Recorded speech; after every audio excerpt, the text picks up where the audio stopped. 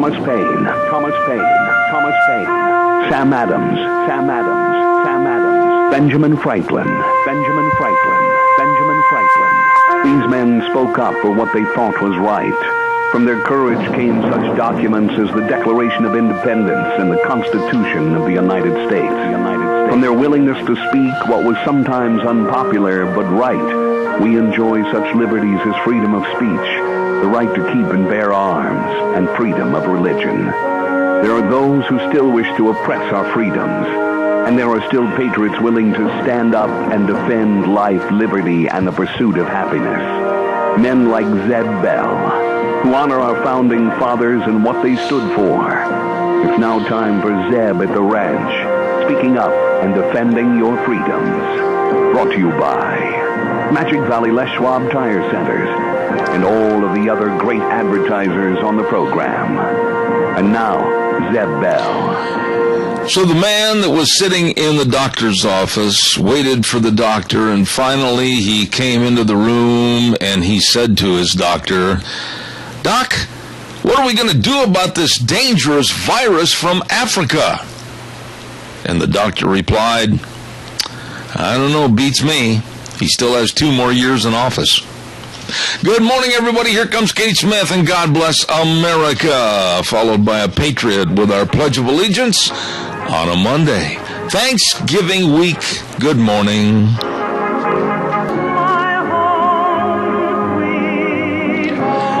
Thank you very much, Kate Smith, and God bless America. Good morning. Look at that sky outside this morning. It is beautiful. I'm Zeb Bell, Zeb at the Ranch, with, of course, our major sponsor, your Magic Valley Les Schwab Tire Centers, all 7 locations serving you. And, of course, some of our great advertisers, including Lee's Furniture, Floors, and More at 459 Overland and Burley, and our friends at Western Way Services, always at your disposal. Get on the route service today. Call them at 734-6969. And without further ado, I hate that word, adieu. Without further momentary delay, I don't care. Good morning, Gina. Well, good morning, sunshine, and how are you today? Well, first and foremost, Thursday night, I want to just say to the masses, the multitudes of people that came over to the Golden Heritage Senior Center for our Pilgrim Pride dinner, thank you. It was wall-to-wall people. And we like to hear that. Of course, my event the same evening with the Minidoka County Historical Society and their salute to veterans, completely packed, standing room only, and the kids with the Youth for Liberty did awesome. Yeah, I want to get into this a little bit later on, but we'll talk a little bit about this. But it brought tears to my eyes, and I'm not trying to be at all theatrical when I say it brought tears to my eyes, because people really turned out in droves. We had people standing at the edges of the wall, sitting on the floor. I mean, it was unbelievable. Yeah, it was great. Anyway, do we have a pledger? We have Mr. Al on for the pledge and Michael Rogers on for the weather. All right, thank you, Al. Go ahead, please. We got a fungus among us, huh? I pledge allegiance to the flag of the United States of America and to the republic for which it stands, one nation, under God, indivisible, with liberty and justice for all. Al, thank you, and Polly for coming the other night, and I think you can attest to the fact there were a lot of people there. I have never stood in a cow line that long since I first went in the service. Holy cow, it was that beautiful sight to see.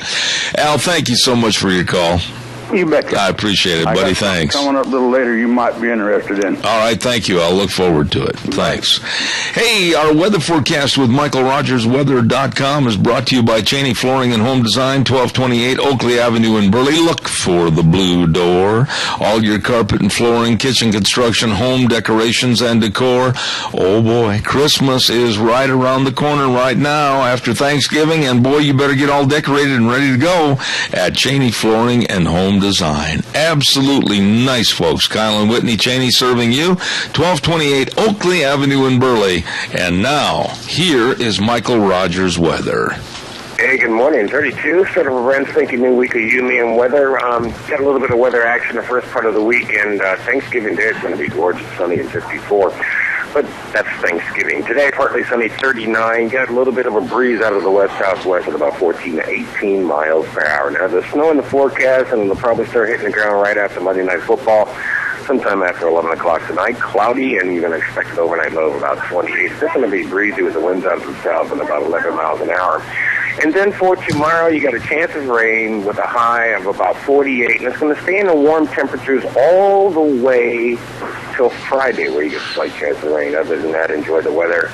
It is the only weather you got. Thank you, Michael. We appreciate that. And Cheney Flooring and Home Design bringing you Michael Rogers weather. Oh, my goodness. Like I said, they've got all your bedding and your pillows, your kitchen construction right through our friends at Cheney Flooring and Home Design. Kyle and Whitney Cheney, 1228 Oakley Avenue in Burley. Look for the blue door or give them a call, 678-6945. Caller, I'll be right with you. Stand by. Don't forget Daryl's Cleaners. They're located at 1223 Albion Avenue in Burley. Kevin and Cindy, the whole crew. And dry cleaning prolongs the life of garments. That's why I'm very particular with all my fancy shirts and my Wranglers and sports jackets and everything.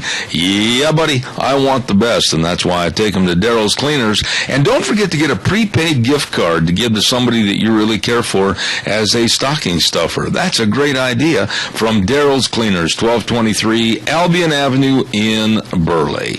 Caller, I'm a-coming. Hang on. SafeLink Internet, first month free with free installation and no contracts, no credit checks, unlimited data. Holy cow, what are you waiting for? You tell them Zeb told you to call 677-8000. That number again, 677-8000, Idaho's number one choice for wireless internet, SafeLink Wireless Internet. Good morning, caller. You're on the air. Good morning, Zeb. It's Mary. Yes, Mary. I just want to say thank you to you and all the public for turning out at our first annual Silver Prize dinner. It was so awesome. I can't explain how happy I am. Well, Mary, thank you very much. I'm having a little trouble hearing you this morning, but I just want to say to all the seniors at the Golden Heritage, job well done. God bless each and every one of them. Thank you very much. We'll talk to you later. Okay, Mary, thank you. Yeah, it was phenomenal. I mean, they opened the doors up, and I think people started coming in down there at about 4:30 or so, maybe a little earlier. And the food was absolutely delicious with all the mashed potatoes and the dressing and the squash and the turkey and the ham and the biscuits and the pies. Oh, my. Nobody went away hungry, I'll tell you that. And at one time, I have no idea how many that room can hold. I'm not a very good judge of that, but I would say probably maybe 250 people. Well, we had to be up over 300 and some odd people in there. It was absolutely amazing. God bless everybody. Thank you. Thank you. Thank you. With the proceeds going to help the Meals on Wheels. Everybody did a phenomenal job. All right, give us a call, 436-2244, 1-866-927-4587. And speaking of phenomenal jobs, this man has so much talent, Keith Ramsey. I am so appreciative of what he did. He came down and sang, and wow, what a professional. What a professional. Ramsey Heating and Electric, Keith Ramsey, 2600 Overland Avenue in Burley. They're open 7:30 to 5:30 Monday through Friday. And please take care of your furnace. It's down in the basement all by itself. And you know what? It's just kind of, you turn the dial up for more heat and it's going chug, chug, chug, and it's got a dirty old air filter. Hey, get some really quality air filters for your furnace at Ramsey Heating and Electric. And if you haven't had anybody come over and give it kind of a renovation and make sure it's going to be running good, hey, you better check it out today. Call them at 678-0459, Ramsey Heating and Electric, where they provide warm winters and cool summers. All right, give us a call, 436-2244, 1-866-927-87. There's an event going on tonight that I have been a part of for years, and unfortunately, I am not going to make it tonight, and I feel very, very saddened about that. It's the Hometown Heroes, put on by Jerry Voss and the Modern Woodmen of America. It's going to be over at Doc's Pizza at 514 6th Street in Rupert, and it starts at 6 o'clock, and I urge everybody be there, please, to celebrate the Hometown Hero for this year. I've got a commitment late this afternoon, can't possibly get from the west end of the valley over to the east end of the valley, and Jerry, I just want everybody to be there to help recognize and appreciate the Hometown Hero at Doc's Pizza tonight, starting at 6 p.m. Caller, good morning, you're on the air. Good morning. How are you, young man? I'm good, thank you. I think we should thank the young people that was at that lunch the other night that helped serve, helped pick up dishes, yes, water, just all around good help. Dal, I'm so glad you brought that up, because I had a chance to visit with a couple of those young people, and they were dressed in white shirts and black pants and looked very, very spiffy with their ties and everything. You talk about courteous, really friendly young people they were, and they did a wonderful job. Well, I thought they needed a special thank you. Well, they did, and you gave it to them, and thank you. I really do appreciate that. Okay. God bless you, man. Thanks. I had a chance to talk to one young man, and I said, you really are a sharp young man. He was about maybe, I'm not good at ages either, maybe 15, 16. Wow. I just absolutely wanted to give kudos to those kids like Dal just did, because they were so friendly and so polite and so caring. Excuse me, may I help you? Whoa, that was the kind of young people you really want to be around. And they were cleaning off the table spaces, etc., and did a wonderful, wonderful job.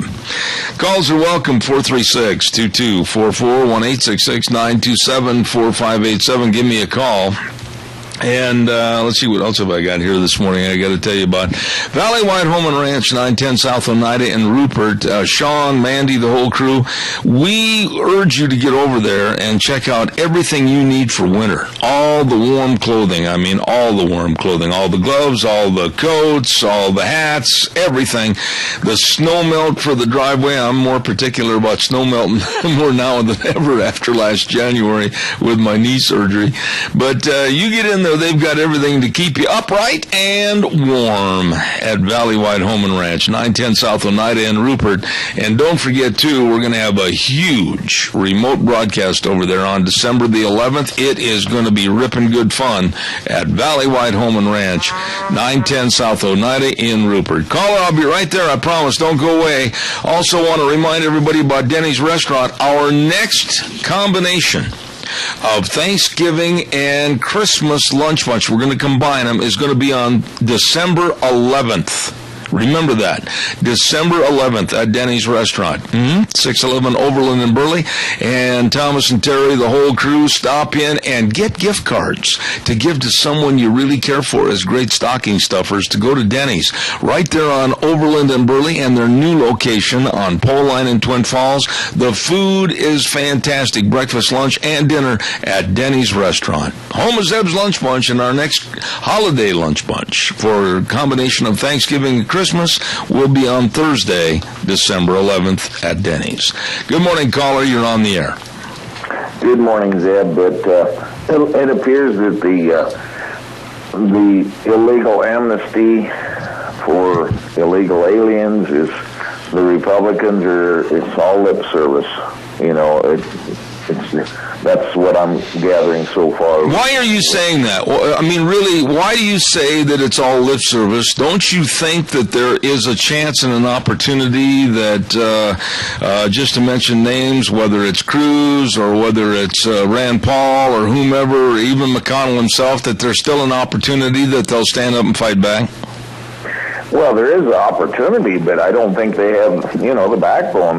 They're just a lot of wishbones, but not, more jellyfish. From what I'm already observing, we know McConnell, nobody's talking about any kind of a government shutdown, which, of course, last time really didn't affect very many people, but it did get people's attention. Yeah. And if it was so bad, why do the Republicans have the tsunami landslide? They don't study their own past history, which happened just a year ago, on the shutdown. And they don't have to shut the government down. All they have to do is make sure they defund the Amnesty program. Well, and here's something, Adrian, that really bothers me. Most of the media, I think, has got it wrong, and they haven't done their homework. They're saying that Obama has basically awarded 5 million illegals with amnesty. Hey, Adrian, that number could be 15, 20, or even more million with the way this thing is set up.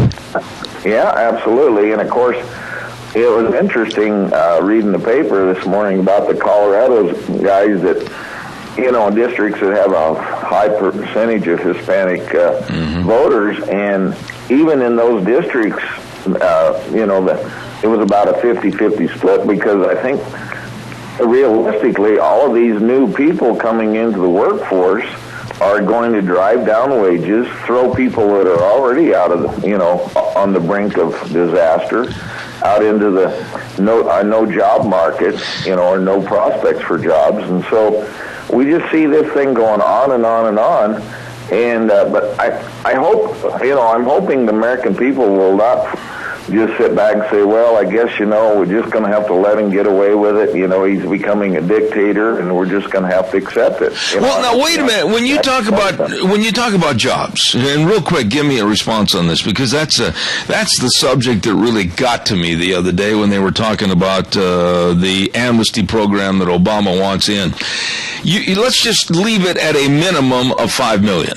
All right, we've got 5 million people that aren't working. We've got many more that are coming across the border right now. And of those that are working, they're saying, oh, well, look at all the taxes we're going to get. You know as well as I do, that number is millions and millions of people that are going to be coming in. They're going to be living off the dole. They're going to be on welfare assistance programs. We're going to have many, many problems that the billions and billions of dollars with B's that are already giving to the illegal aliens and the American public and taxpayer, you and me, are going to be on the hook for billions more. Well, absolutely. And really what it amounts to is, I think it sums it up, it's 5 million more Democratic voters. This is what it really amounts to. And just get, just become leeches on the system. And I'm not saying that, there's certainly some of them out there that are, but they've got to go through the legal immigration process like my grandfather did and my ancestors, and everybody else. They came here, they didn't speak English, they learned English, they become citizens, become productive citizens, they assimilated.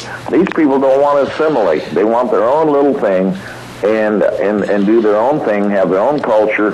There should be a drive right now, English only. If you can't read English, you can't vote. And that first, I think one conservative talk show host last week summed it up. He says, if they passed any kind of an amnesty bill and said no voting for 20 years, and Reed and company would not sign that off on that. If they gave them everything they wanted and said they couldn't vote, they would not sign it off. Now, I'll tell you something else too. I'll tell you something else that really bothered me yesterday, and my pickiness against the Times News, but on the op-ed page, the great big 1, 2, 3, 4, 5 column story about solutions, not gripes, needed in immigration debate, and the way that was written, if anybody speaks out against immigration, illegal immigration, if anybody speaks out against what Obama did, we're hate-filled bigots, according to this Times News article, and that really left me with a sick feeling yesterday. I'm sure Alexander probably wrote that, and he drank all of this liberal socialist Kool-Aid. Right, that's just it. Anybody that's against anything that's supposedly politically correct these days, meaning allowing illegal immigration or illegal aliens to get citizen status by voting, getting a Social Security card, and all that kind of stuff. If you're against that, we have present immigration laws on the books that aren't being enforced. Yeah. And if they would enforce the ones that are here, we wouldn't be in this mess today. But and as long as the borders are open, it's just okay. I just attended a Adrian, I got to run. I'm way late. I got to run, my friend. I appreciate it. Thank you. The bottom line is, folks, we can't let them get away with this, because we do. He's going to do the same thing. The global warming thing with China, they're not going to do anything cutting, pollution for 16 years. I got to run. Thank you, sir. God bless you for your call. I've got some time commitments, and I've got to get this in. Don't forget that Barry Equipment and Rental has the equipment to get the job done and get it done right. All the equipment you need at 3 locations, and that's, of course, Addison Avenue West in Twin Falls, South Lincoln in Jerome, and 159 West Highway 30 in Burley. Oh, my goodness, the Coyote tractors. They've got all the Bobcat loaders and the Big Doosan loaders to get the job done. They've got everything, plus the personnel to help you get everything taken care of, and the knowledge to get the equipment started and running on your property. They know exactly what to do. Whether you're buying or leasing, stop in and see Barry Equipment and Rental today. Once again, they've got the equipment to get the job done right. Barry Equipment and Rental, Twin Falls, Jerome, and Highway 30 in Burley, waiting to serve you. Also, real quick, before we take our next call, I want to remind everybody about Burley Physical Therapy and Rehabilitation with Nick Greenwell. Nice people. I've got to get started back over there again. Had to take a couple of weeks off. I've been gone. And Burley Physical Therapy and Rehabilitation at 1263 Bennett Avenue, Suite 2 in Burley. All kinds of great exercises to help you get back to being you. And a very, very friendly staff. All the comprehensive services to help you. And listen, staff, I want to talk about them. Nick and Jordan and Jeff and Orlando and Emily and Kelly and Tia and Jared. Oh, the best. Best people, best place. Burley Physical Therapy and Rehabilitation, 1263 Bennett Avenue, Suite 2 in Burley, 678-1191. All right, give us a call, 436-2244, 1-866-927-4587. Good morning, caller. You're on the air. Good morning, Zeb. Yes, sir. Quickly. I quit my newspaper, and I just was wondering, do you recall the article that came out in the paper about, it was Saturday before last Saturday, 2 weeks ago? In regards to what? To the marijuana. Oh, Idaho. Yeah, I've got that someplace in my stack of great big stories somewhere on my desk. I do have it, yes. What I wanted to point out, the reason I quit the paper, I accused him of pushing drugs, and the editor, she says, well, we're not pushing drugs. And I told him, I says, you guys push all this liberal junk on the people, and they don't even suspect it. The way that you rolled it up, you said, when will marijuana become legal in Idaho? Big, bold print. Now, that puts it in the people's head. This is a form of brainwashing. It's not will it or perhaps marijuana or anything. It's when will it be legal, like as if it's said and done. It's just a matter of time. I'm afraid you're right, and I'm very concerned about that. And if you'll think back and check the archives on this program about a month ago, I said that was one of my biggest fears, that there would be a push to have the legalization of marijuana in the state of Idaho. And I'm going to do all I can on this program to fight it after I've talked to the people in Colorado and other sources that are just really, they're really concerned what's happening in their communities with the deadbeats and the low-lifes that are coming in. I couldn't agree with you more. Well, that's what the newspapers are doing, and I have some classes in the service on how they brainwash people, and that's a basic technique that they use. But I also, in college, for salesmen, when a salesman comes and tries to sell you something, they always use that. I've used that on my kids. Yeah. I didn't say when. I said, how long have you been doing this? Dwayne, I got to run, and we're going to be doing some stories on that, as a matter of fact, in the next couple of weeks, because my concern is that we're going to turn into the same pitfall and pratfall that Denver did. And thank you very much for your call. Thank you, sir. Right now, I got to run to our bottom of the hour Capital Press Ag Minute, brought to you by Pacific Steel and Recycling at 320 West Main in Burley. Absolutely the best of people, helping you and those in need. And they need new or gently used coats, clothes, blankets, or toys for children ages 1 to 5. So please don't forget, too, you get $10 more per ton for scrap iron, 5-cent bonus on aluminum. They're ready to serve you at Pacific Steel and Recycling. Here now, the Capital Press Ag Minute. The Capital Press Ag Minute is brought to you by OnlyAg.com.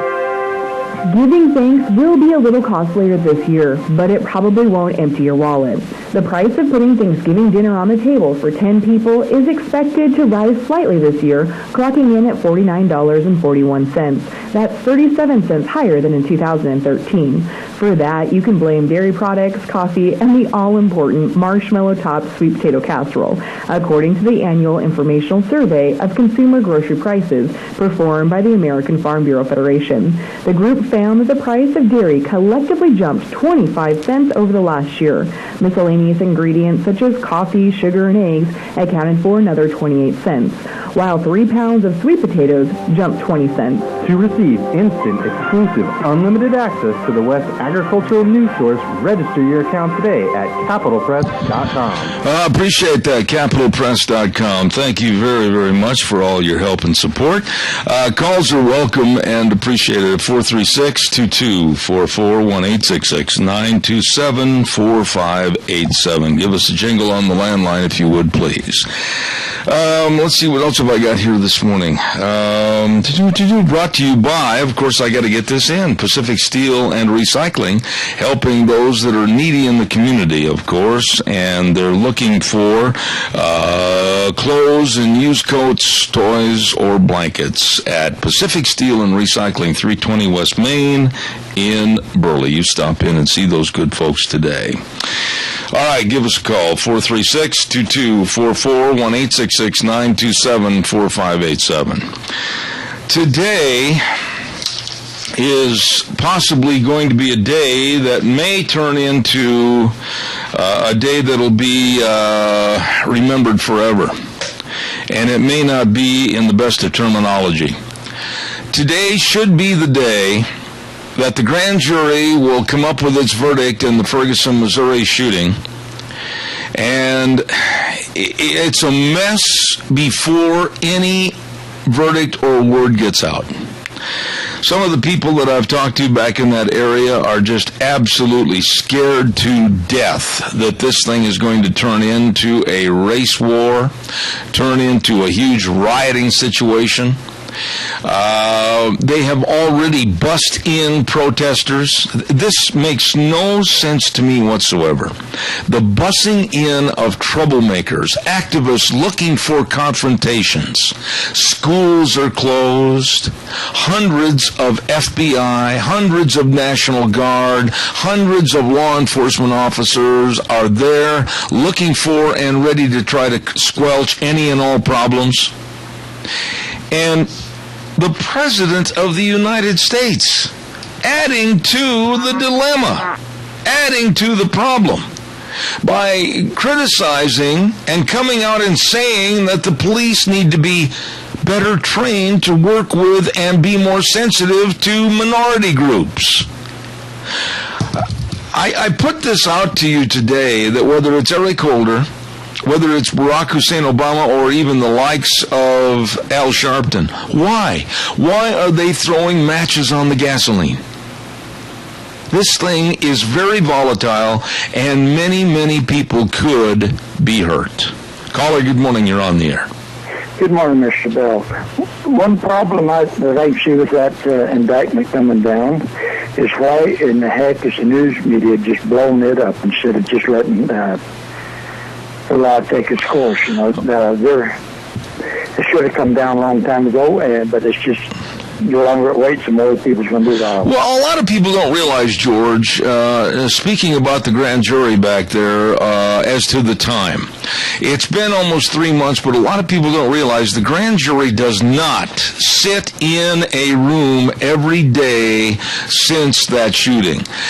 In this case, they have been meeting mostly 1 day a week to get all this done. Those people have lives, those people have jobs, and those people have to take care of their families. And so that's why the process has taken a little longer, because of the information that has to be obtained. And then also, they are not meeting on a day-by-day basis. So I want people to understand that. Yeah, but, it takes just an hour a day to that. That should have been done quite a while ago. Well, wait a minute. I'm going to put you on the spot there. How could you, if you were a grand jury member and you wanted all the evidence, you wanted to know exactly from all the witnesses, you wanted to have local witnesses that worked for the city, whether they were with the garbage department or whatever, some of those people had seen what had happened, whether they were members of the city council, whether they were members of the police force, whether they were members of the following of this family, etc. I mean, I would not want the responsibility of just hurrying things through and saying that in a day or 2 days we're going to come out with an indictment or not. That, to me, you got to be careful, George. Yeah, no, I'm not saying day or two, but I think 2 months is a little long. They don't take that long to get the evidence and come up with a verdict on it. They have to do due process and take the time to do it. But I think it was dragged out a little bit, and the media is just sort of making a heyday of it. Well, the media in general, I would say, have done a terrible job. I agree with you. The NBCs, ABCs, CBSs, they've all, of course, leaned over to the side of the president and some of his absolutely obnoxious and stupid remarks. His inciting of saying, well, the police are not trained properly and they need to be more sensitive to work with minorities. How does he know? Let me ask you a question, George. How does Obama know whether the policeman acted irrationally or ill-trained or not?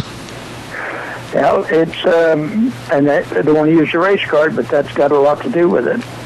I'm afraid you're right. Just he really don't much care. Whatever he can do to raise havoc in the United States, he's going to do it. I will say that there was a black reporter on television. His name was Rod Wheeler. He is a former policeman, and he absolutely was outspoken against Obama and said that Obama was wrong to get involved and say anything. He said that Eric Holder was wrong to get involved and say anything, and he absolutely denounced the likes of Al Sharpton for stirring things up. Al Sharpton is nothing more than a man holding a box of matches ready to throw them on the gasoline, George. That's true. And you know what's really sad, Jeb? They're really making a big deal out of this deal in Ferguson. But what about, 26, 30 people, black people that's killed in Chicago? Yeah. On the weekend, and there's nothing said about that. Well, there were charges by certain blacks over the weekend on certain talk shows that the white policeman is going to be more apt to arrest a black, whether it's a teenager or whether it's a young adult, etc., more so than a white. My question to you is, George, when you're in the inner city and the ratios of numbers of certain races are so huge, like in Chicago on the south side, the black is dominant. If there's a crime committed, who are you going to look for? Are you going to turn your back away from the black committants of the crime and go look for a white person? No, you're going to look at who did it. That's true, and it's a lot of those cities, the black people are dominant, and unfortunately, they're the ones that does most of the crimes, not all of them, but they do the majority of them. Well, the larger numbers of any race when there is a crime committed and it's a part of that race, I mean, you can't look at a duck and say it walks like a duck, quacks like a duck, but it's a horse. I mean, you've got to be honest about the situation. You do, and it's not profiling, but you got to use a lot of common sense. They are so... Here's what bothers me so much, and then I got to do a commercial break, George. It is terrible that a young man, whether he was black, whether he was brown, whether he was Caucasian, it's terrible that a young man was shot and killed. However, if the circumstances of that shooting, if the circumstances show that he was trying to do a violent act of trying to subdue the policeman and he was shot in the harassment of the policeman, that is a crime. And you've got to treat it like a crime, George. Yes, you do, and self-defense is number one. I don't care whether you're a police officer or just a civilian. That's right. But if you're attacked, take them down. George, I appreciate your call. God bless you, my friend. Thank you. Yeah, did you hear that Hagel's stepping down? Oh, yeah. There's going to be a lot of changes in the last 2 years of this administration. Yeah, they're dropping like flies and don't let them run. Okay, George, thank you much. Appreciate it. You bet. Happy Thanksgiving from Western Waste Services, Twin Falls and Jerome, and they want to thank everybody for their support. They appreciate your business. Western Waste Services, getting rid of your garbage, always at your disposal. Call them at 734-6969. Also, happy Thanksgiving from Dot Foods, 1541 West 27th in Burley. Oh, my goodness, great pay. They've got jobs over there for great transfer drivers, great pay, great benefits, including medical and vision and dental. Oh my goodness, you better call them today or apply online, www.drivefor.com, and call them at 678-6063.foods. And last but not least, Minnecasia Chamber of Commerce. And they are located, of course, at 1177 7th Street in Heyburn, 679-4793.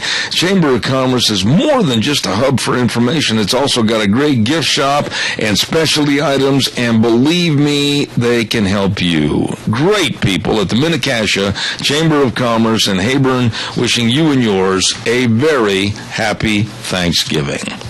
Real quick, too, I want to say thank you to our friends at Quali's Electronics, 1730 Kimberly Road in Twin Falls. Listen to this.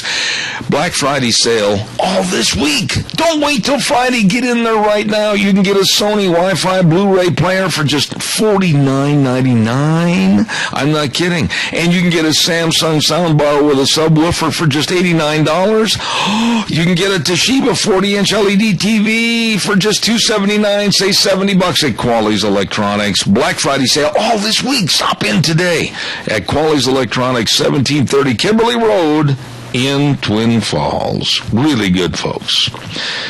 All right, give us a call. 436-2244, 1-866-927-4587. I'd like to hear what you have to say. The deal in Ferguson, Missouri, I honestly believe, and I hope I'm wrong. I hope I'm wrong, and I hope that when the verdict, if you will, is given from the grand jury, that cooler heads will prevail. And I say kudos to the boy's father for coming out with a video asking and pleading with everyone to please not resort to violence. He deserves kudos for what he did and said. But I certainly hope that the problem isn't escalated and picked up on by the wannabes all across the country. I am very, very concerned as to what might happen in Chicago, New York, Philadelphia, L.A. I said last week, and I've talked to some people that are involved in law enforcement across the country, and they're very concerned this situation could turn into a Watts situation, like what occurred in Watts, California. I hope and pray not. I hope and pray not. For all the trouble and all the mess that this country is in right now, I hope and pray this Thanksgiving week that cooler heads will prevail. Calls are welcome, 436-2244, 1-866-927-4587. Give me a call. No more, on a lighter note, Budweiser Clydesdales? I could not believe this story when I heard about it. The Budweiser people, Anheuser-Busch, back in St. Louis area, they're going to change their whole perspective on advertising. And kudos to Gina Jameson last week as she was telling me and teaching me about the craft beer craze. Gina, are you right there by your microphone? Yeah, I'm right here. Well, you kind of were a foreboding of what's going on against some of the major breweries in this country. Mm-hmm. And I don't know if you're aware of it or not, but now Budweiser is absolutely going to phase out the Clydesdales. They're not going to use them in their advertising anymore. And the ads are going to be towards basically a younger generation type crowd of 25 and under. And some of the greatest ads that were ever made for the Super Bowl or advertising in general. Gosh, I love seeing them. Well, the Clydesdales are going away. Yeah, and I'm kind of sad about that. I am too. But you were spot on last week, and I'm not greedy with credit. You know, I'm very open about that. When you say something that is absolutely informative and right on this program, I'm going to give you kudos. And you had told me last week when we were basically kidding about the craft beer craze and some of the weird titles and some of the weird breweries and everything. That is the reason why Budweiser and other major beer brands are cutting back on some of their staunch advertising programs. The craft beer people, the smaller companies, are beating them. Yeah, and you want to know why? And this is just my perspective. Their beers are tastier. They're made local. They're made with local products. They're made by local people that you and I know. I mean, I know a lot of people who brew their own beers in their basement. Yep. And so I think that is the big push behind it. You know, those microbrews. People want to support local and buy local, and so that's what's happening. It's all about numbers and the battle of the brewskis, if you will.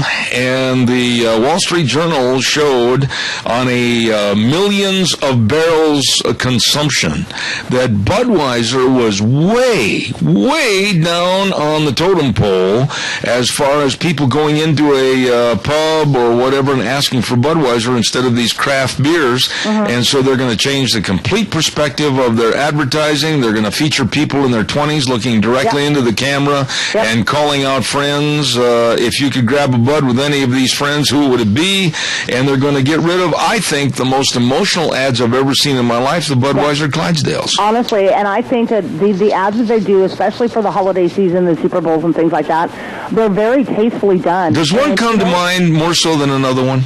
I really like their Christmas ads when they use the Clydesdales, and, it's not really promoting the beers, it's promoting the family atmosphere of Anheuser-Busch. There are two commercials that I will never, ever forget with the Clydesdales. And the one was released during the Super Bowl, and that was the one where the Clydesdales were out playing football in the pasture. Remember that one? I do. Okay.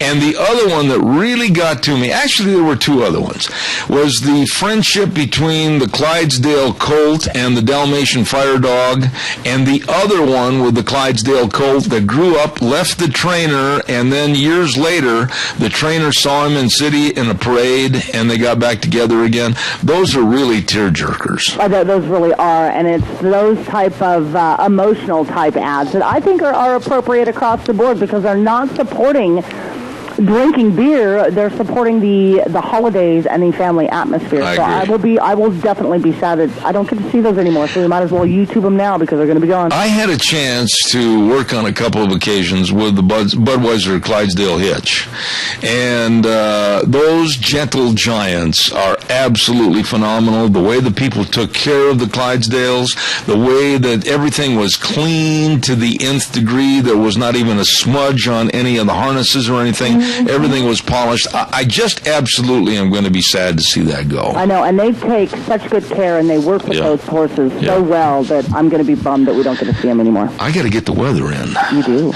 Weather forecast is brought to everybody by Mad River Laser at 502 East Street in Rupert, and believe me, custom-made wooden Christmas ornaments right there at Mad River Laser. This lady is so talented. And also wooden business cards. I've got some. She made them for me. They are phenomenal. And all the engraving on mugs and T-shirts and hoodies and plaques and logos, everything. She is great. Nicole and Mad River Laser at 502 East Street in Rupert. Stop in and see her today. Call her, and we'll take that call in just a minute, but right now it's time for MichaelRogersWeather.com. Hi, everybody. Michael Rogers is up at the ranch. A bad day, but don't buy into the sun because you got snow in the forecast later on this evening. partly sunny, 41 for the high, and it's going to dip down to the, we're going to get around the mid to upper 20s, but you're going to have snow this evening, and right now we're looking for an accumulation for about less than a half an inch on the ground when it's over said and done. That snow that you're going to guess is going to change the rain for tomorrow. Look for a high of 50. Have a great day. Enjoy the weather. It's the only weather you got. Oh, thank you, Michael. MichaelRogersWeather.com, brought to you by our friends at Mad River Laser, 502 East Street in Rupert. You stop over and see Nicole and the crew today. Also, while we're in Rupert, I want to tell you this before we take some calls. 436-2244, 1-866-927-4587.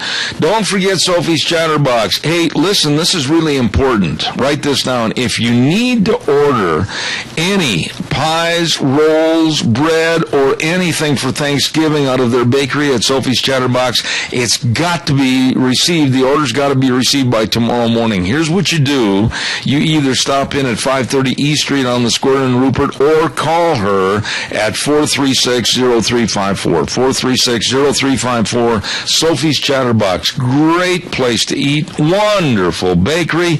You be sure and get all your breads and pies and rolls ordered for Thanksgiving by tomorrow at Sophie's Chatterbox. All right, calls are welcome. 436-2244, 1-866-927-4587. I just think it's kind of sad. Well, it isn't kind of. It really is sad to think that the Budweiser Clydesdales are going to go by the wayside. And that's a part of Americana. And they did so much to honor the horse industry and promote their product with the Clydesdales, and it just really is kind of sad to me. And it says here that distributors have to be creative to overcome the competition. And they said that's one of the reasons why they are going to do away with the Budweiser Clydesdales. Sad, sad note. All right, calls are welcome. 436-2244, 1-866-927-4587. Give me a call. Right now, as we speak this morning, Buffalo, New York, and the surrounding area, they've got a different problem to contend with, if you haven't heard this on the news. Last week, they ended up with almost 8 feet of snow. 8 feet of snow, and it was that really wet, heavy lake effect snow that came across the lakes, the Great Lakes, and settled right there in western New York. Well, now, with the 8 feet of snow, now they're looking at temperatures going up into the low 60s, and there's going to be water everywhere. Sheriff's departments and private businesses that handle boats and motors and everything are just bending over backwards trying to figure out how they're going to vacate everybody from the severe flooding they're expecting with all this snow. I was watching a news story this morning where various county sheriff's offices are hooking on to any and all boats they can get their hands on and getting people prepared that they might have to float them out of the way of all this melting snow. Absolutely a mess. So our thoughts and prayers go out to the people in the Buffalo, New York area. Calls are welcome. 436-2244, 1-866-927-4587. My good friend Dave Bigo is going to be on the program tomorrow. And I want to try to explain this to you. I wish there was a way that I could have everybody take a look at this. And if I held it up by the camera, it still wouldn't be probably understandable. So I'll do my best in explaining a cartoon to you that was written by Gary Varvel. It was written and drawn by Gary Varvel. It's an Indiana political cartoon, and it was in quite a few various papers, including the Indianapolis Star. And he had the cartoon pulled, and he took kind of a tongue lashing for writing and drawing up this cartoon. Now picture Dad holding on to a turkey at the head of the table. He's got it on a plate, and he's holding on to the turkey. And to his right, a window opens up, and people are crawling through the window, coming into his home. And the little bubble of verbiage says, "Thanks to the president's immigration order, we'll be having extra guests for Thanksgiving." That's it. That's it. That's all the bubble said. That's all the cartoon was basically the people crawling through the window and inviting themselves in for Thanksgiving.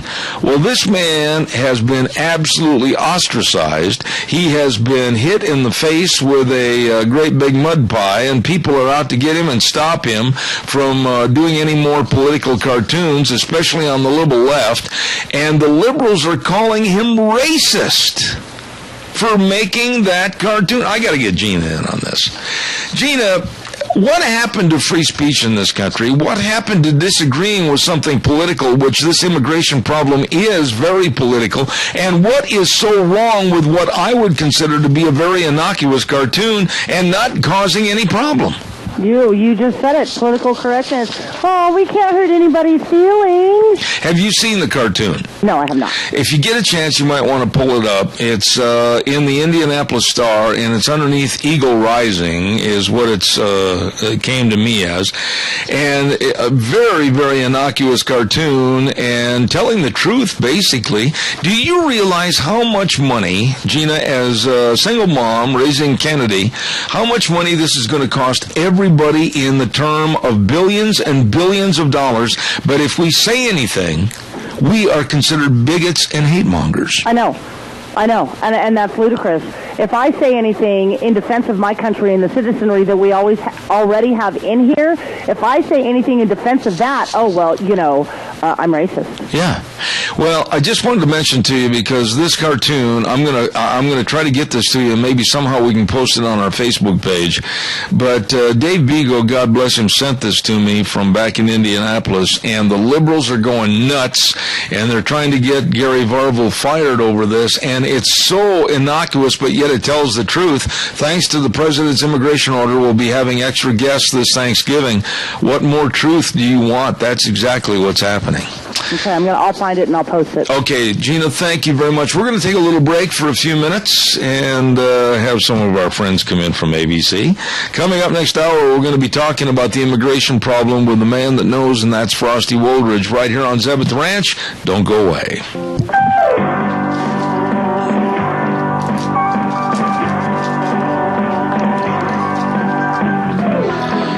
Good morning. Good morning on a Monday. Short week, November 24th, Thanksgiving week. God bless you all, and thank you for tuning in.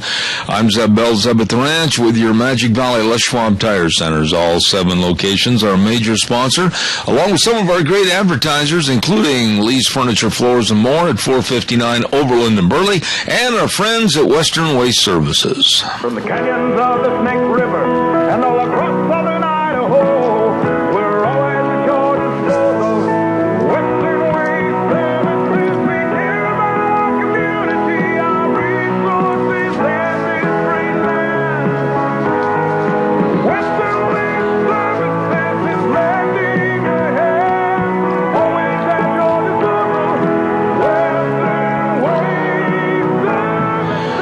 now's a good time to get on the route service and have your garbage picked up. It's gone. It's out of there. Absolutely, with the Thanksgiving and then around the corner, Christmas coming up. Hey, get rid of your garbage. They've got a route service that is absolutely second to none. They do a wonderful job at Western Waste Services. Call them today, 734-6969. They are always at your disposal. Western Waste Services. Also want to say thank you very much to some dear, dear friends that have been so supportive of our program over the years, and then also very supportive of all community events, and that's Joel Heward of Hanson Mortuary, 710 6th Street in Rupert. Believe me, family place, family people with flexible hours serving your family. Always with the highest ethical standards, with unquestioned integrity. When there's the passing of a loved one, please, please remember to call them at 436-5636. That number again, 436-5636. Hanson Mortuary, 710 6th Street in Rupert, serving you. Bad news bears. Frosty hasn't called, and Gina just said Gina's so prepared. That young lady is always on the ball. I don't have just called in. Oh, okay. So would you say disregard the notice? Disregard, please disregard. You know, hey, no, wait a minute. God bless you for being so conscientious. Thank you very much. I appreciate that. Not a problem. But we do have him on the phone. All right. We're going to get Frosty on the air momentarily. Frosty scared me just a minute. Stand by. I'll be right with you. Don't forget Cheney Flooring and Home Design. We talk about them every morning right away with the weather forecast. And, of course, you can stop in, check out all the carpet and flooring, all the kitchen construction. Oh, goo. Do it right now. Give them a call, 678-6945, and see if they can get your kitchen all fixed up before Christmas. Oh, my goodness, when all the aunts and uncles and everybody will be there. All your home decor needs right there at Cheney Flooring and Home Design, 1228 Oakley Avenue in Burley. Look for the blue door or give them a call at 678-6945. One of my dearest friends, and quite frankly, the most knowledgeable on a situation that I think right now is getting completely out of control after what took place with Obama this past week on his decree, if you will, of issuing amnesty to 5 million maybe, but it will be in excess of maybe 10 to 15 million the way this thing is written. But here's the man that knows more about it, and I'm going to ask him for his opinion. Frosty, how bad of trouble are we in right now thanks to what Obama decreed? Good morning, Zeb, and good morning, every listener at Zeb at the Ranch. And I just got back from a speech at the Republican Men's and Women's Club down in Denver and got caught in some traffic, so I'm 3 minutes late. We're in big trouble. I wrote a piece. It's called Emperor Obama Dismantling Our Constitution. First of all, this Obama, Barack Hussein Obama, could very well end up impeached by the House and the Senate in the coming year. Certainly he deserves to be impeached. His act of last week is an act of treason. It's an act whereby he allows anywhere from 15 to 20 million illegal aliens to gain citizenship and a free pass after breaking our laws and in violation of our laws. And so not only is that the crisis, but the fact is if this thing was allowed to go through and the House and the Senate don't defund it, you've got yourself anywhere from 15 to 20 million illegal aliens who are going to gain instant citizenship, and then they will be able to chain migrate again up to 10 of their own families per illegal alien. So just take 10 million times 10, or do 15 million times 10, or 20 million times 10. Ladies and gentlemen, our country is going to be overwhelmed by this massive immigration overload, and we're not going to recover from this. So it behooves all of us to take action. And as you know, I certainly have given plenty of information on how to take action. Frosty, I want to read to you something very short, and this was an editorial in our local rag, the Times News newspaper, yesterday on Sunday in the op-ed page, and I'm going to condense it down to just one or two sentences, and you'll get the gist of how they were feeling about this immigration reform. They, meaning you and I, Frosty, and others of our ilk, they want blood from people just trying to make a life.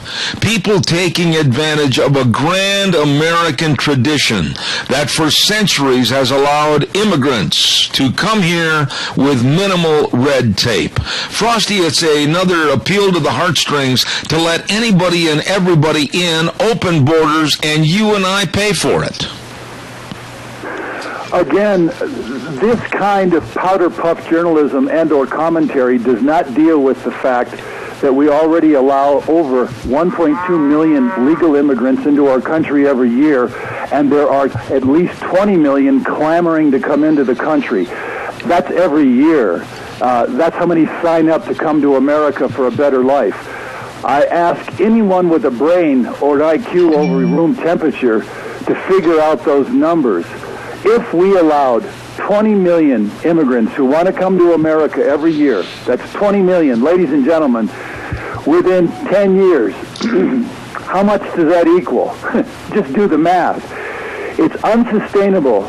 At some point, you either have a country and you maintain the borders of a country, or you simply have open borders and you have open chaos, and you no longer have a country, and you no longer have a language, and no longer have a culture.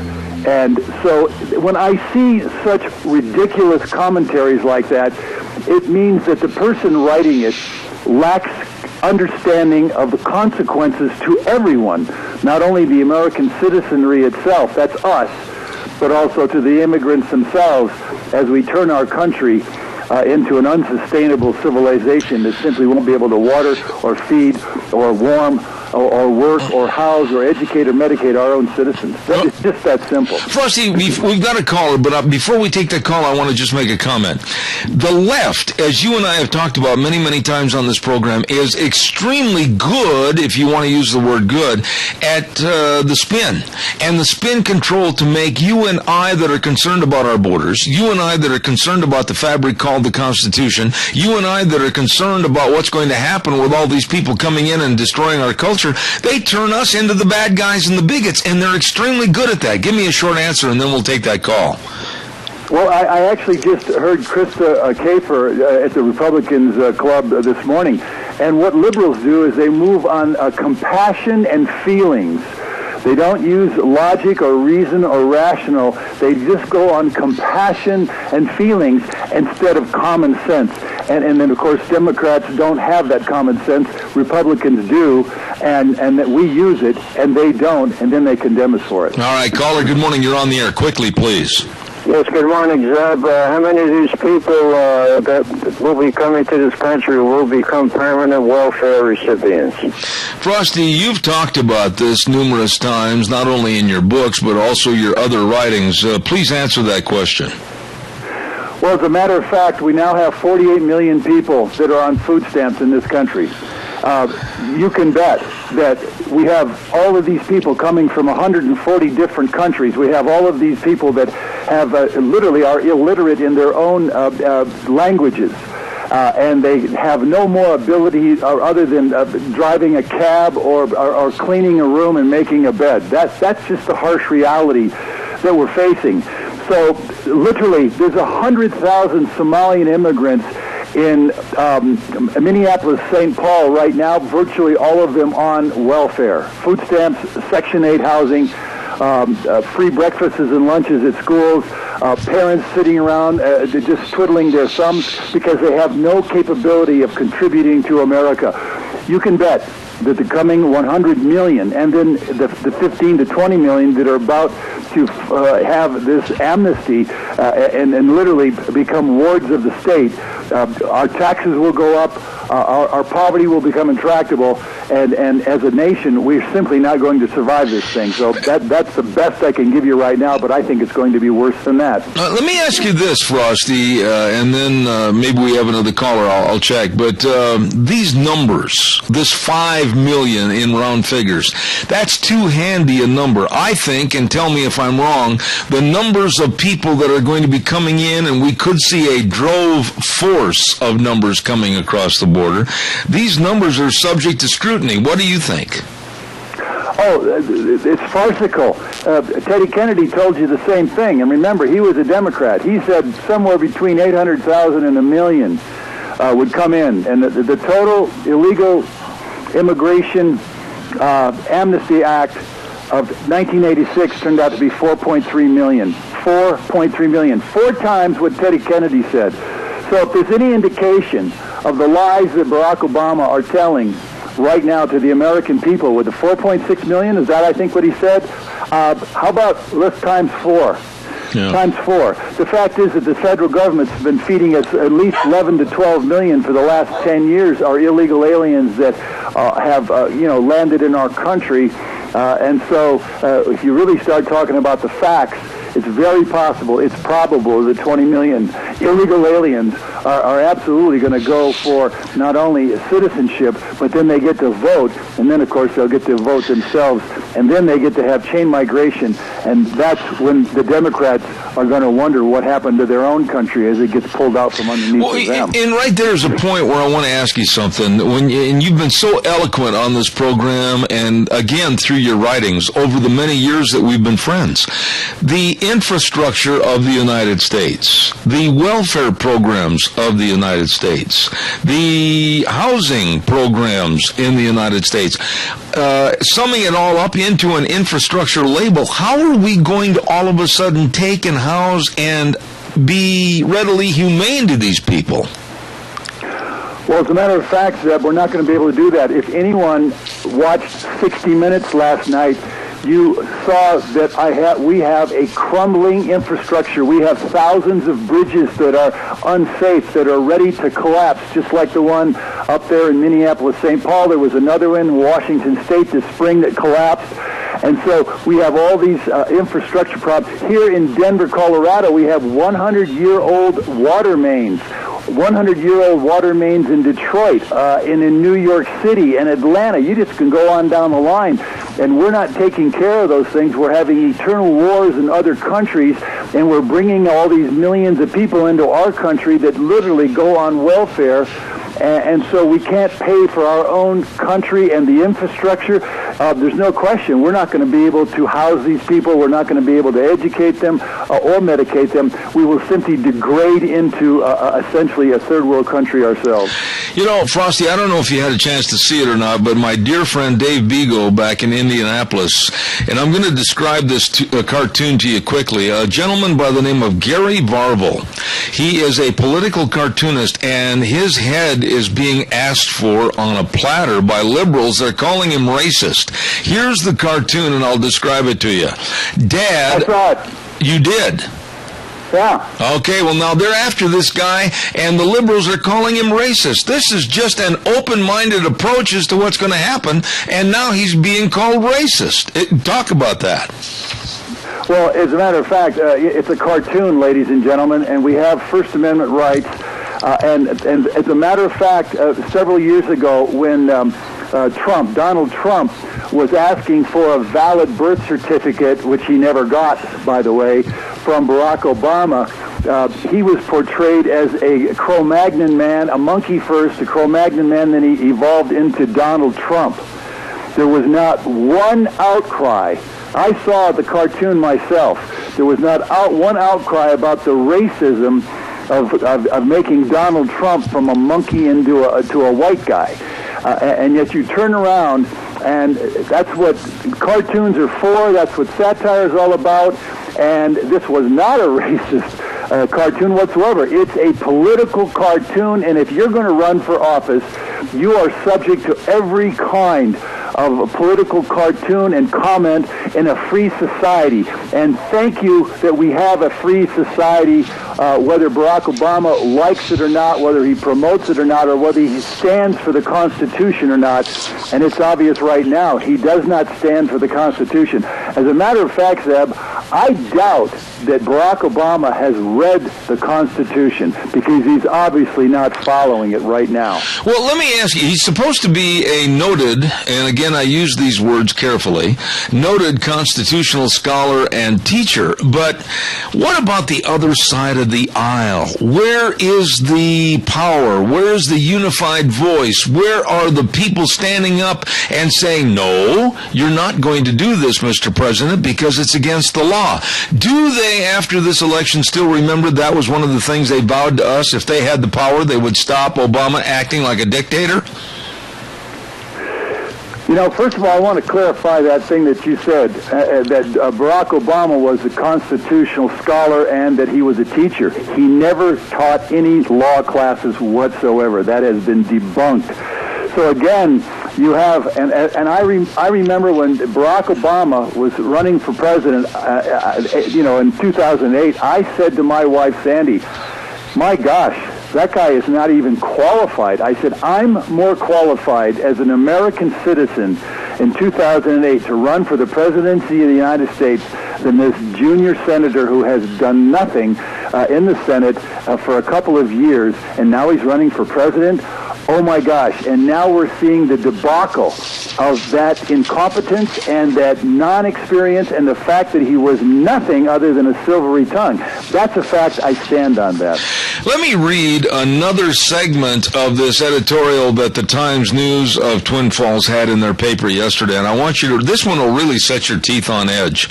Keeping people locked out of power is inhumane and costs every citizen in lost income tax revenue.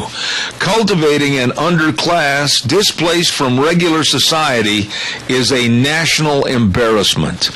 That's the part that made me the maddest. Well, let's put a real honest spin on that particular fluff piece. The fact is that endless legal and illegal immigration has caused the African American in this country to be homeless, to be in poverty, to be in welfare, to be in food stamps by the multiple millions. I don't know how many of that 48 million that are on food stamps are African Americans, but I suspect that the percentage is well over a third or even a half. And then Hispanic America. That's Hispanic Americans who want a job, need a job, will work a job. They don't have those jobs, and they're on welfare. So such ridiculous comments like that, and they are absurd, make no sense, and they are written by somebody who's totally out of touch with reality. Again, it's called cognitive dissonance or intellectual denial of reality. The more people you pound into this country, both legally and illegally, then the less and less jobs are there for our citizens, and that's how you create intractable poverty, and it's called American poverty because the middle class is now sinking into that particular poverty, as shown by the fact that 68% of African American children are brought up by a single parent, their mother, and she's on welfare. So when you see such ridiculous op-eds like that, that means the person writing them simply isn't in touch with reality. So, Frosty, due to time constraints, here we are towards the end of our half hour, and the question that needs to be posed is, where do we go from here? What can we do, and how can we stop this man for the next 2 years? And before you answer that, let's take this caller, real short caller, and we'll have you answer the call, and then I'll pose the question again. Go ahead, quickly, caller. Yeah, Frosty, I'm just wondering if all these bleeding hearts who are insistent upon us taking all the illegal aliens into our country and pay for them and be 100% responsible for them as a country, are they willing to take their quote-unquote fair share of these illegal aliens into their own homes personally and be 100% responsible for their food, their clothes, their housing, for whatever they do, for their medical? Are they willing to do that themselves? Because if they're not, then they're asking us to do something that they're not willing to do. Absolutely. Good point. Frosty, go ahead, please. Well, and of course, that was posed would John McCain and Charles Schumer and Feinstein and Boxer and even the President of the United States take in a bunch of those 60,000 children that were inundating us this last year and overrunning our borders? And of course, the answer is those people in power do not want to deal with the reality that we have to pay for and accept all of these children. Now, if we continue on this course, we've got anywhere from 15 to 20 million illegal aliens that are literally going to just overwhelm our medical, our welfare, our food systems, and our ability to keep them alive and still maintain our own citizens who are already in poverty. And notice this. 1 in 5 children in America today goes hungry. 1 in 5. Go to feedamerica.org and you get those facts and figures. So it is insane and it's ludicrous for us to allow this amnesty to occur. And what can you do? The key is, in my Emperor Obama Dismantling Our Constitution piece, which you'll see on newswithviews.com probably tomorrow morning, but you'll see it on Freedom's Phoenix today. Take action by making the calls to your senator and your House rep. your 2 senators and your House rep and say, absolutely do not fund this amnesty. I'm an American citizen. I demand that it does not get funded, and tell them your displeasure with that.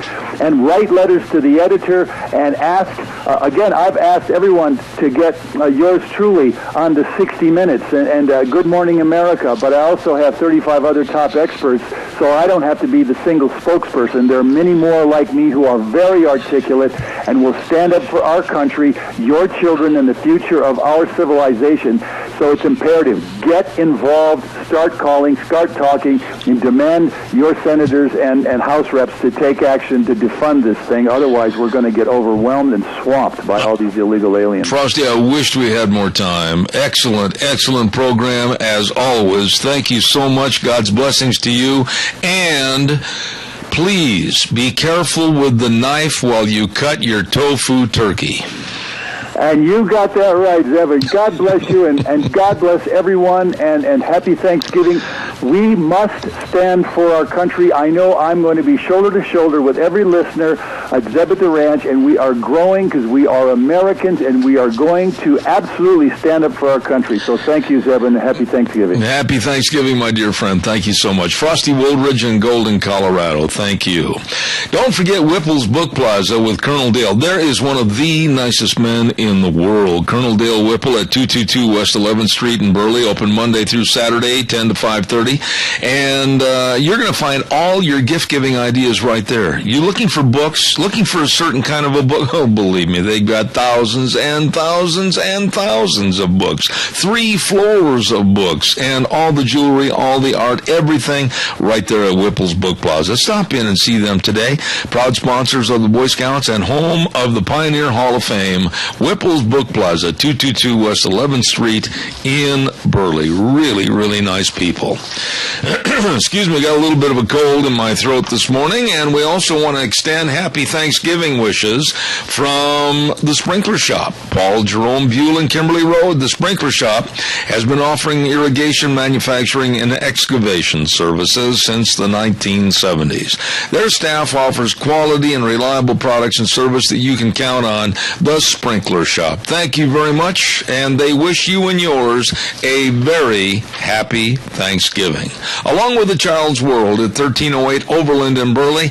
A Child's World is the largest children's store in southern Idaho, and people come from all over the Magic Valley to check out the long-lasting toys and great clothes. Shop locally, and if you tell them that you heard Zeb say it on the radio program, you'll get 25% off any item in the store. Hey, Child's World in Burley, along with the Sprinkler Shop, wishing you and yours a very happy Thanksgiving.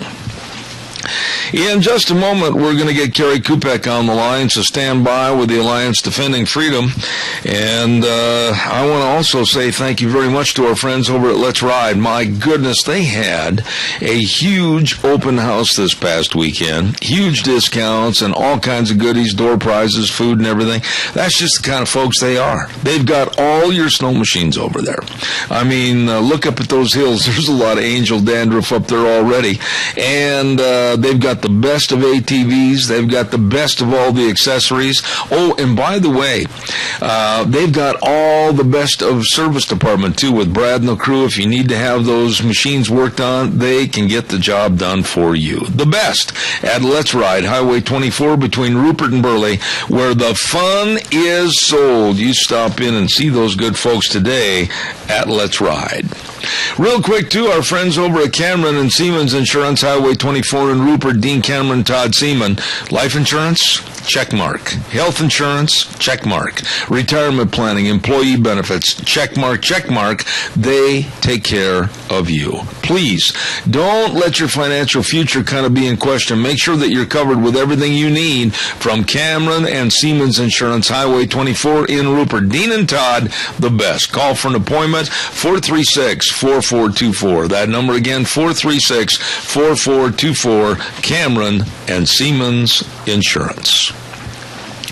Let's go to the phone lines right now and have with us the lovely lady from the Alliance Defending Freedom, Kerry Kupek. Good morning and happy Thanksgiving, Kerry. How are you? Good morning. Happy Thanksgiving to you as well. Are you going to go home for Thanksgiving? I'm going to go up to Pennsylvania to some family there, actually. Okay. And they're going to have a great big Pennsylvania turkey? I think so. I think my aunt has started cooking up food as of this weekend. So yeah, I'm ready to eat. I'm sure you guys all are too. Oh, I am. Carrie, tell us, we got a couple of stories to talk about this morning, and one I'd like to start with is what in the world, we talked briefly about this story a couple of weeks ago, but what's going on in Forsyth County, North Carolina regarding a federal district court lifting an order against prayer? What happened over there? So we have some really good news here. All Americans should have the freedom to pray without being censored. This is something that our country has held up as a tradition before public meetings. This is something that we've done since the inception of this nation. And unfortunately, in 2007, Forsyth County had actually been subjected to an order by the court which said that people who wanted to pray at the beginning of these meetings could not pray sectarian prayers. So references to Jesus were a no-go because the ACLU and the Americans United for Separation Church and State had a problem with it. And so that order has been in place. So people have not been able to pray according to their beliefs and conscience since 2007. Well, just last week, Alliance Defending Freedom went back to the court and said, hey, in light of Greece v. Galloway, which was that big Supreme Court case in May that said, yes, Americans do have the freedom to pray according to their beliefs without censorship in the beginning of public meetings. In light of that case, can you please lift this order? And thankfully the court did. So freedom to pray has been restored in that North Carolina county. Is this a story that is starting to rear its ugly head in other places also? I mean, I think I have heard other locations that have tried to thwart prayer and only have a generic God, if you will, in the prayer. Are there any other problems that are coming up like this? Well, I think because of the way the courts were deciding this over the last number of years, yeah, I think there are other situations across this country where this generic prayer policy has been forced against people in those communities, but because in Greece v. Galloway, which was, like I said, the case of the town of Greece in upstate New York, where the Supreme Court said, hey, you can't censor Americans, and you can't tell them who to pray to or how to pray at the beginning of public meetings. Ever since they've said that in May, other courts are going to have to look to that and follow suit. They're now compelled by law to adhere to that. So if anything was to come up, they're going to have a very tough hurdle to overcome because the Supreme Court has been very clear and has said, we affirm the freedom of Americans to pray. Carrie, again, I'll go reiterate something I've said to you in the past, and I want you to expand on it a little bit again this morning. But, I mean, my goodness, there are religious sayings and prayers all over the halls of Congress. And prior to the House and the Senate meeting, etc., there is a prayer, there is a chaplain. Why, outside of the halls of Congress, are there so many people that are treating religion and prayer as such a sinister item? Like I say, it's really hard to say. And one thing that I think people fail to remember again and again is that our Constitution ensures balance of freedom for everyone. So you can't just eliminate, certain, say, Jesus from the table because you might be, quote unquote, offended.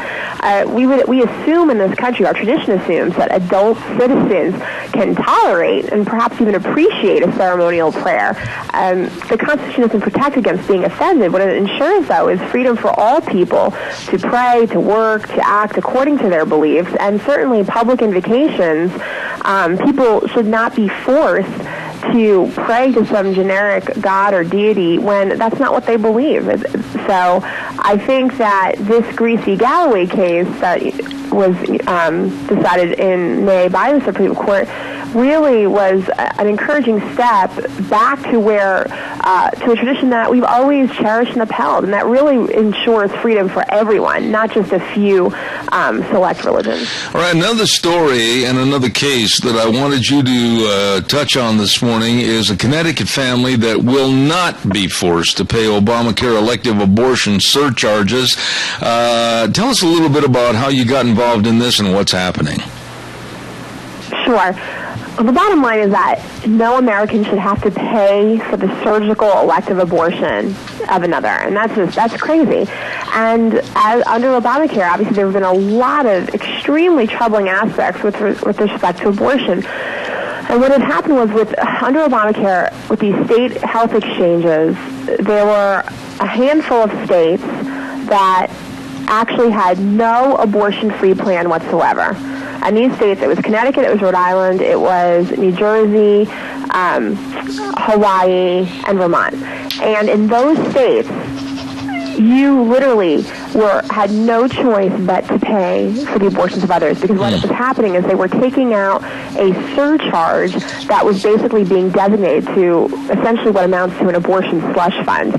But the real kicker is that they were forbidden by law to disclose the fact that this fee was being taken out. So if you lived in one of those 5 states, that meant you were absolutely paying for other people's abortions, and you didn't even know it. And on top of that, if you weren't in a state, one of those 5 states, in any other state in this country, there was a very strong possibility that you were signed up for a plan that also included this abortion surcharge, or that your plan covered abortion, and you didn't know about that either. So just last week, we had filed a lawsuit on behalf of Barth Bracey and his family. Barth and his wife, they live in Connecticut. They have 4 little children, and what's particularly ironic about this case is that Barth is actually the director of Rhode Island Right to Life. So can you imagine, someone who literally devotes their life to fighting against abortion, those kinds of things, was being forced by our government to actually pay for those things. And so, because Barth had a good knowledge of the law, which is, most of us have no clue what's going on with our insurance policies, especially if they're being forbidden by law to even tell us what's going on. So Barth was able to figure out that he was paying for other people's abortions, and so Alliance Defending Freedom got involved. We filed a lawsuit on his behalf. We sued the State Health Exchange in Connecticut. We sued Connecticut, made him a number of arguments, and just last week, which is good news, Connecticut has now added several abortion-free plans to their state health exchanges, which is great. But like I said, those other 4 states remain. That's Rhode Island, Vermont, New Jersey, and Hawaii. So people are there. They're still paying this hidden fee. And if you're in another state, one resource I'd like to point out to your listeners, even in Idaho, if you want to make sure that you're not participating in a plan that covers abortion, Family Research Council just unrolled this fantastic new resource called ObamacareAbortion.com. And if you go to that website, you can actually put in your information, what state you're living in, and it will tell you what kind of plan you're participating in. So it's the first step to really exposing this web of deception, secrecy that the Obama administration has intentionally weaved. And while you're on that subject right there, Carrie, we're learning so much even years after the fact, and all the books and everything I've read about Obamacare, and then of course listening to Nancy Pelosi saying something so frivolously stupid like, well, we've got to pass the bill so then we can read it and find out what's in it. Exactly. I'm worried about how many more hidden things are going to be in there to hurt the American public, but I want to reiterate what you just said. If people will go to the website, and correct me if I'm wrong, ObamacareAbortion.com, they can find out if they're paying for it through their state health plan, right? That's exactly right. I think everybody should go to that website and see to make sure they're not participating in that. Well, I want to say how much I appreciate everything you're doing over there, Carrie, and please tell my audience about how they can follow some of these stories with the Alliance Defending Freedom. Sure. They can go to alliancedefendingfreedom.org, or if they want some more in-depth coverage on the cases and take a look at some of the documents, legal documents themselves, they can go to adfmedia.org. All right. Carrie Kupek, and from my house to your office, a very, very happy Thanksgiving. Thanks. Same to you. All right. Take care. Thank you. A lovely lady right there, and I appreciate her being on the program. We're going to try to have another lovely lady on the air in just a few minutes as soon as Deanne tells Gina what's going on. I forgot to mention this to Gina earlier, and we're going to be sending her an email real quick. While we have just a moment, I want to remind everybody about Lee's Furniture, Floors, and more. And Hello, there we go. Lee's Furniture, Floors and More, 459 Overland and Burley. Oh, they've got the sofa love sets. Oh, they've got the dining room sets. Here it is, the week of Thanksgiving, and you're probably just tearing your hair out saying, the turkey, the dressing, the stuffing, and all the biscuits, and all the pies. Oh, we forgot to check on a dining room set for the relatives are coming in. Well, calm down. Calm down. You've still got time. Don't forget all the dining room sets, everything right there at Lee's Furniture, Floors and More. And great recliner buys, like I said. Everything is there for the beautification of your home and the comfort of your home. All you have to do is stop in and talk to him today at 459 Overland and Burley, Lee's Furniture, Floors and More. Wishing you and yours a very happy Thanksgiving. Really nice people. Got time for a phone call. Give us a jingle, 436-2244, 1-866-927-4587. Gina, did you get the message that was just conveyed over there to you? It's in addition to I'm dialing now. Oh, thank you. That's in addition to the program. And while we're waiting to get those people on the air, I want to tell everybody, listen, don't think you have to wait for Black Friday on Friday. You don't.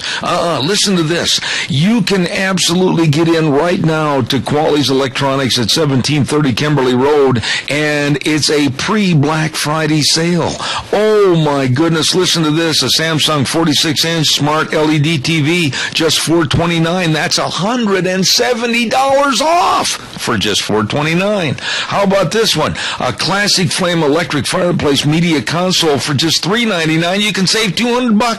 All of this Black Friday sale is going on all this week at Quali's Electronics, 1730 Kimberly Road in Twin Falls. Stop in and see the Quali's today.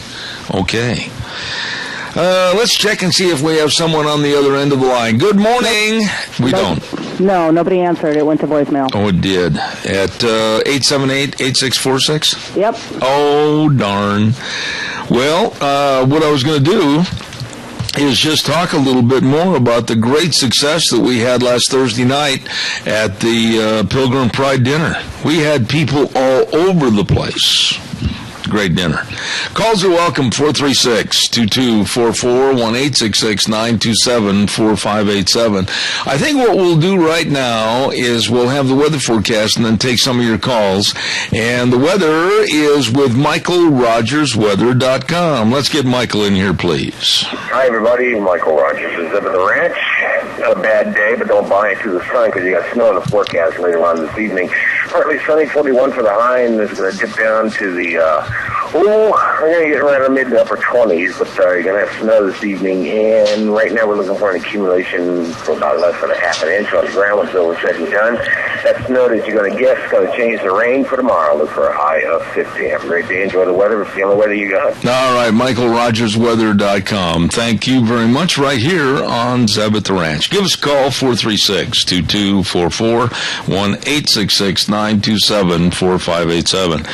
Gina Jameson is a football lover, of course. Her main passion, the Seattle Seahawks and the University of Idaho Vandals.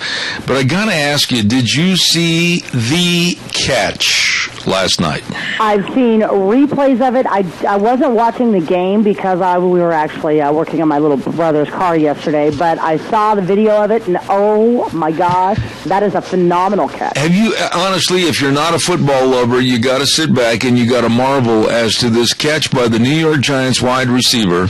It was a one-handed catch. Now, he didn't just cradle the ball. He literally reached up in the air and... Like a three-finger catch. Yeah, and squeezed the ball with three fingers and caught it, and it was thrown from like 40 yards away.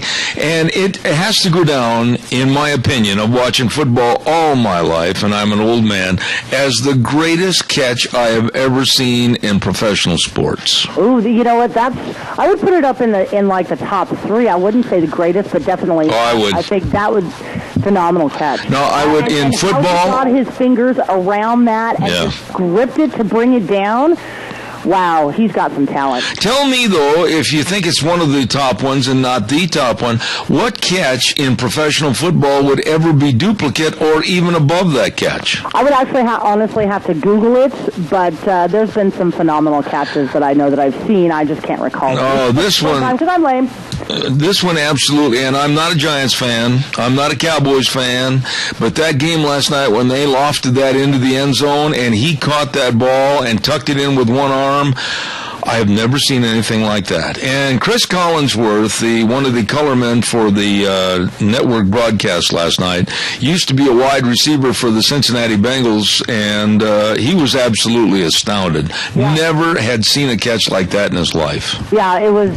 It's going to be the catch that will be talked about all year and maybe for the next couple of years. I mean, that was phenomenal. Well, by the way, how'd the Vandals do? I have no idea. I'm sure we lost. That's the school spirit right there. Let me see. Idaho Vandal football. We ought to get Hudig on the phone. He'll tell us. We lost. Well, who'd you play? We played Troy. Oh, okay.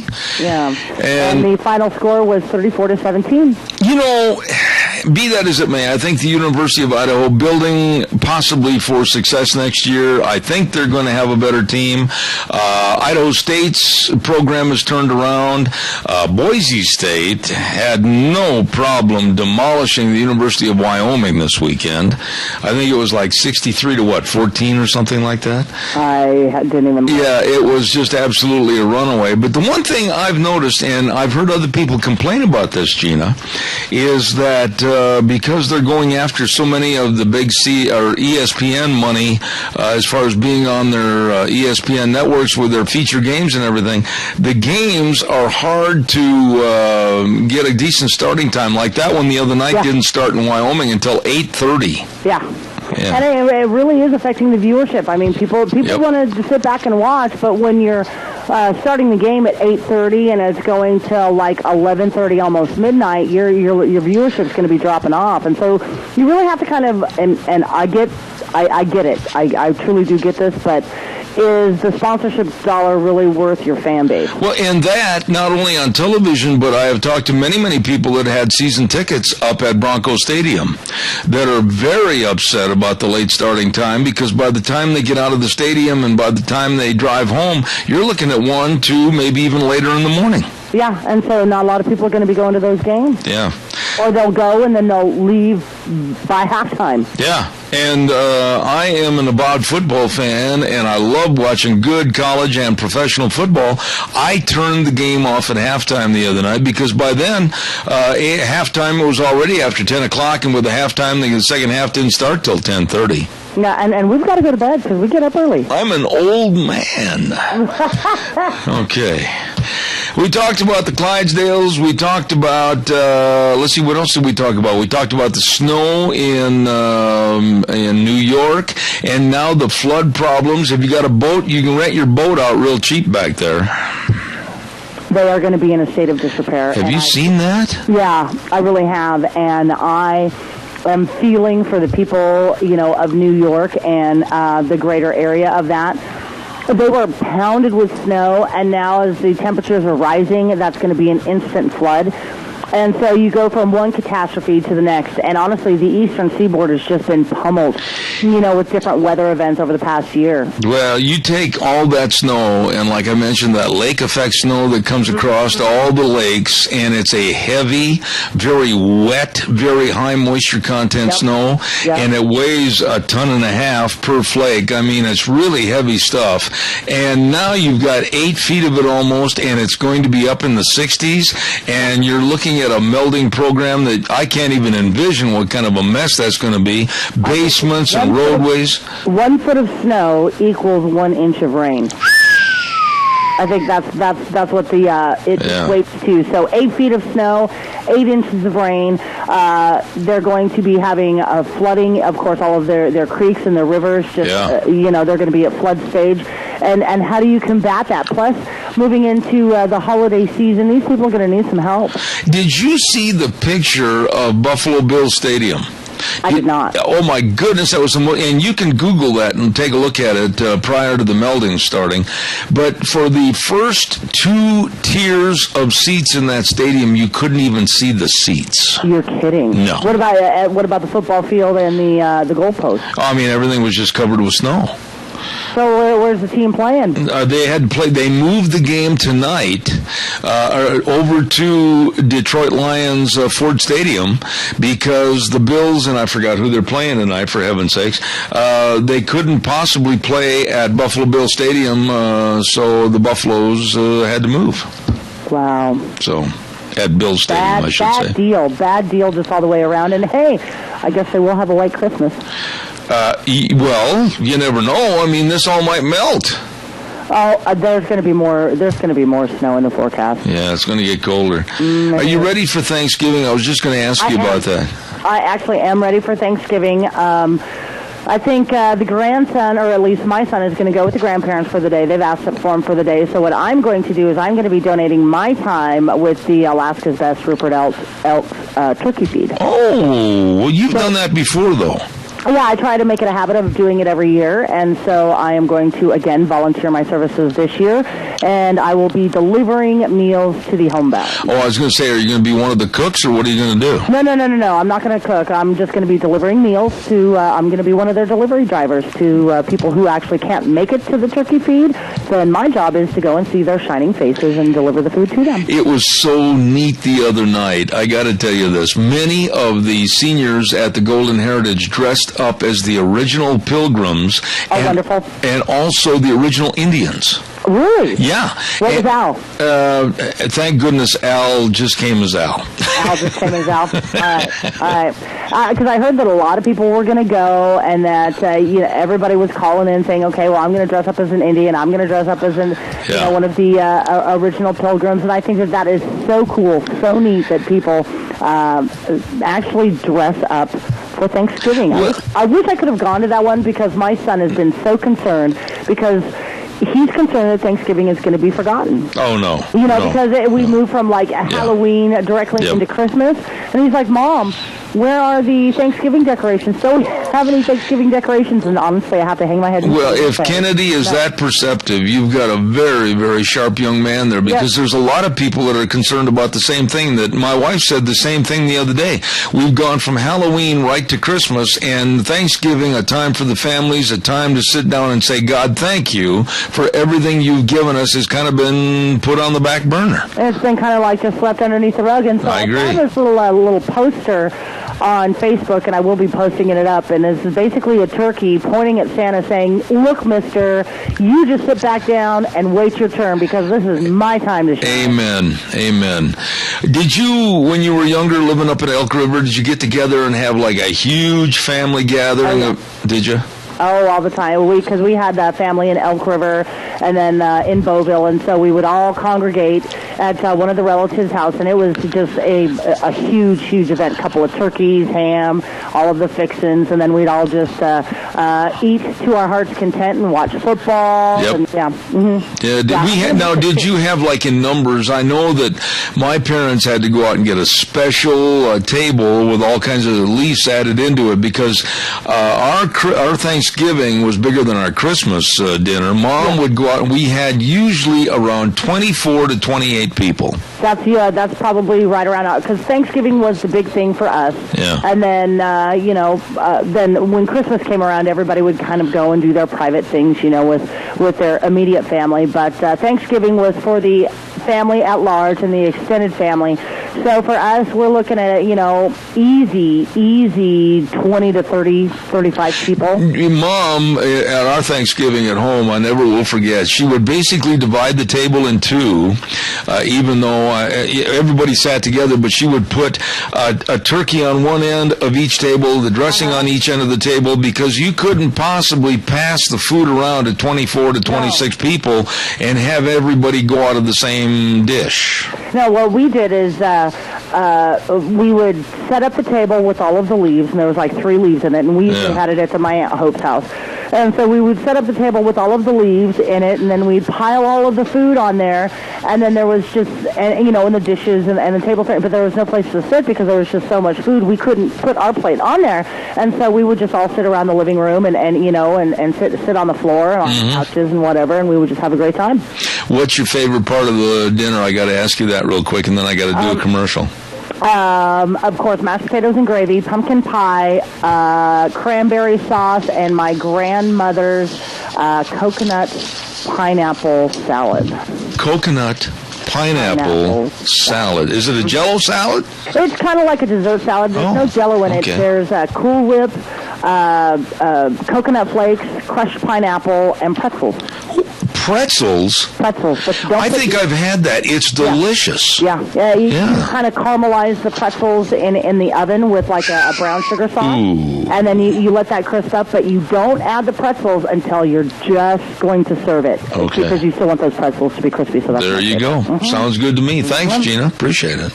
Wow, that sounds good. Hey, listen, don't forget there's all kinds of fun things going on over at the bookstore in Rupert. Now, they're going to be closing at 1 o'clock on November 26th to prepare for Thanksgiving Day.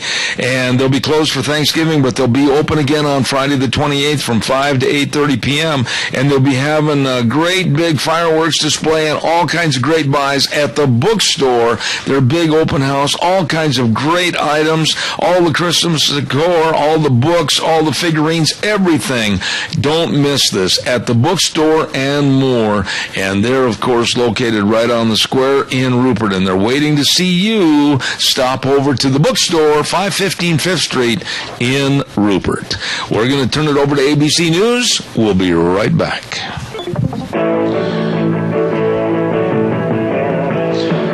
Oh, my. Monday morning.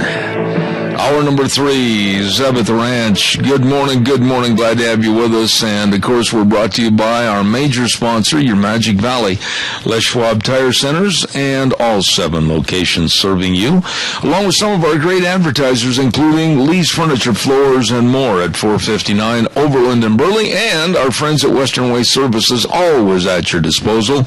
Get on the route service today. Call them at 734-6969. We'll have our guest with us momentarily, but I also want to remind you about the Chadwick Sports Grill. Wonderful daily specials and a great menu, fantastic service. They're located at 139 West Main in Burley, and today, ooh, man, does this make me want to drool all over the microphone. Orange chicken on spring mix salad with soup. Ooh, let me say that again. Orange chicken on spring mix salad. You're going to love it. Everybody does. The Chadwick Sports Grill, 139 West Main in Burley. You stop in and see those good folks today. Also, real quick, I want to remind you that you don't have to wait till Black Friday this Friday for all the special sales at Quality's Electronics. No. You'd better get in there. Crazy low prices all week long. They're going to have Black Friday sale all week long. Crazy low prices like a Samsung 32-inch LED for just $199. You can't pass that up. Blu-ray players, just $49. You better stop in and check out all the specials all week long. It's a Black Friday sale all this week at Quality's Electronics, 1730 Kimberly Road in Twin Falls. You stop in and see them today. Right now, let's go to the phone line. And with us, we have Professor Ilya Salman, and he's been on our program before, expert on constitutional law, and I cannot wait to hear what he has to say about what took place last week with President Obama, basically acting like an emperor or king in making a decree, which I thought was totally against the Constitution. Professor Salman, what did you think about our president basically superseding the Constitution? I don't think he did supersede the Constitution, at least not in this instance. I think he did do so in a number of other cases. The reason why he didn't do it here is because the president has enforcement discretion. In the current world that we have so much federal law that no president can pursue more than a small fraction of all the violators, so he inevitably has to pick and choose, as presidents have been doing for many decades now. For example, for many decades, virtually no president has ever never pursued marijuana users on college campuses, even though there are millions of them, including actually the last 3 presidents of the United States themselves. And this situation is not fundamentally different. There's way more illegal immigrants in the country than there are resources to deport, or than even public opinion wants to deport, so the president inevitably has to pick and choose which fraction of the people he could deport he's actually going to go after. I don't think, by the way, this is a great state of affairs. It would be better if we cut down the scope of federal laws to those that we actually have the resources to enforce, and to those that the public and the political elite agrees really should be enforced. But so long as we have way more federal law than can possibly be enforced, there's a lot of presidential discretion, and exercise that discretion is what Obama has done in this instance. You know, Professor Solman, let me just throw this at you in very simple and simplistic layman's terminology. Basically, I look at this situation with the illegal aliens and an amnesty program as nothing more than buying votes for future elections, and also saddling us with the concept of turning into a third world country because of our infrastructure lacking, water, housing, jobs, etc. This is going to do a lot of harm to the United States of America. Do you agree or disagree? I disagree. Most of these people in question are productively working. They can do so better if they're not threatened with deportation.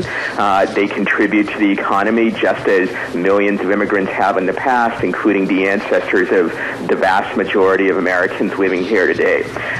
If the kind of policies had been in place then immigration restrictionists advocate for today, most of our ancestors would never have been able to come to the U.S. As for the infrastructure, the problems with the infrastructure have very little to do with immigration and much to do with the mishandling of infrastructure spending by the government. Well, I disagree with you on the points of infrastructure and also jobs available, and also the assumption that they're all working, and also the assumption that it won't be a burden on our welfare programs, and also that it won't be a burden on our school systems. I disagree with you, because these people are not just 5 million. There will be many, many more that will have a burst for the border right now, if you will. And I think the American public should not have to be the catch-all and the panacea of all the world's ills in trying to house all these people, because we've got jobs that are lacking here in this country for people that are American citizens already, and I think they should go to the front of the line, not someone else. So this, I think, partakes of the fallacy that there's some fixed number of jobs. In reality, in a dynamic economy, having more people contributing to it increases the size of the pie in general, and therefore increases the availability of jobs. Free market conservatives recognize that in a domestic economy, and they reject the view that there's some sort of zero-sum game between the rich and the rest. Similarly, there's not a zero-sum game between immigrants and natives. Rather, both groups of people can do different kinds of jobs and contribute in various ways. Lots of studies repeatedly show that increased immigration, including of low-skilled immigrants, grows the economy and benefits it, and in many cases actually benefits American consumers, including low-income consumers, because the products they buy are cheaper. So if conservatives would apply the same free market logic to this situation, then they quite rightly apply to issues in the domestic economy. They will see that just as we should be suspicious of large-scale government intervention internally, so similarly we should be suspicious of large-scale government intervention that seeks to deny freedom of movement to millions of people. Ilya, why should these people under the decree of Obama's pen, go to the head of the line over other people that have tried to do it legally? I don't say that anybody should go to the head of the line. What I say is that immigration law in general should be liberalized, but the people who have come in illegally should not be blamed for the dysfunctions of our political system that has failed to create that liberalization. Those who are standing in line for the legal permission, they are no worse off as a result of this decree or this executive order than they would have been before. If we want to help them, then we should liberalize anti-immigration laws, but we shouldn't use them as some sort of totem to justify harming lots of other innocent people whose only wrong is crossing a line on a map in search of opportunity. Okay, so when you say crossing a line on the map, I'm getting the feeling that you are a anti-borders enforcement person. Am I right or wrong? Depends on what you mean by borders enforcement. I'm all in favor of enforcing against terrorists, criminals, invading armies, and so forth. I'm not in favor of having restrictions on people crossing the border simply for the sake of peacefully seeking out opportunities and working for those who voluntarily want to employ them.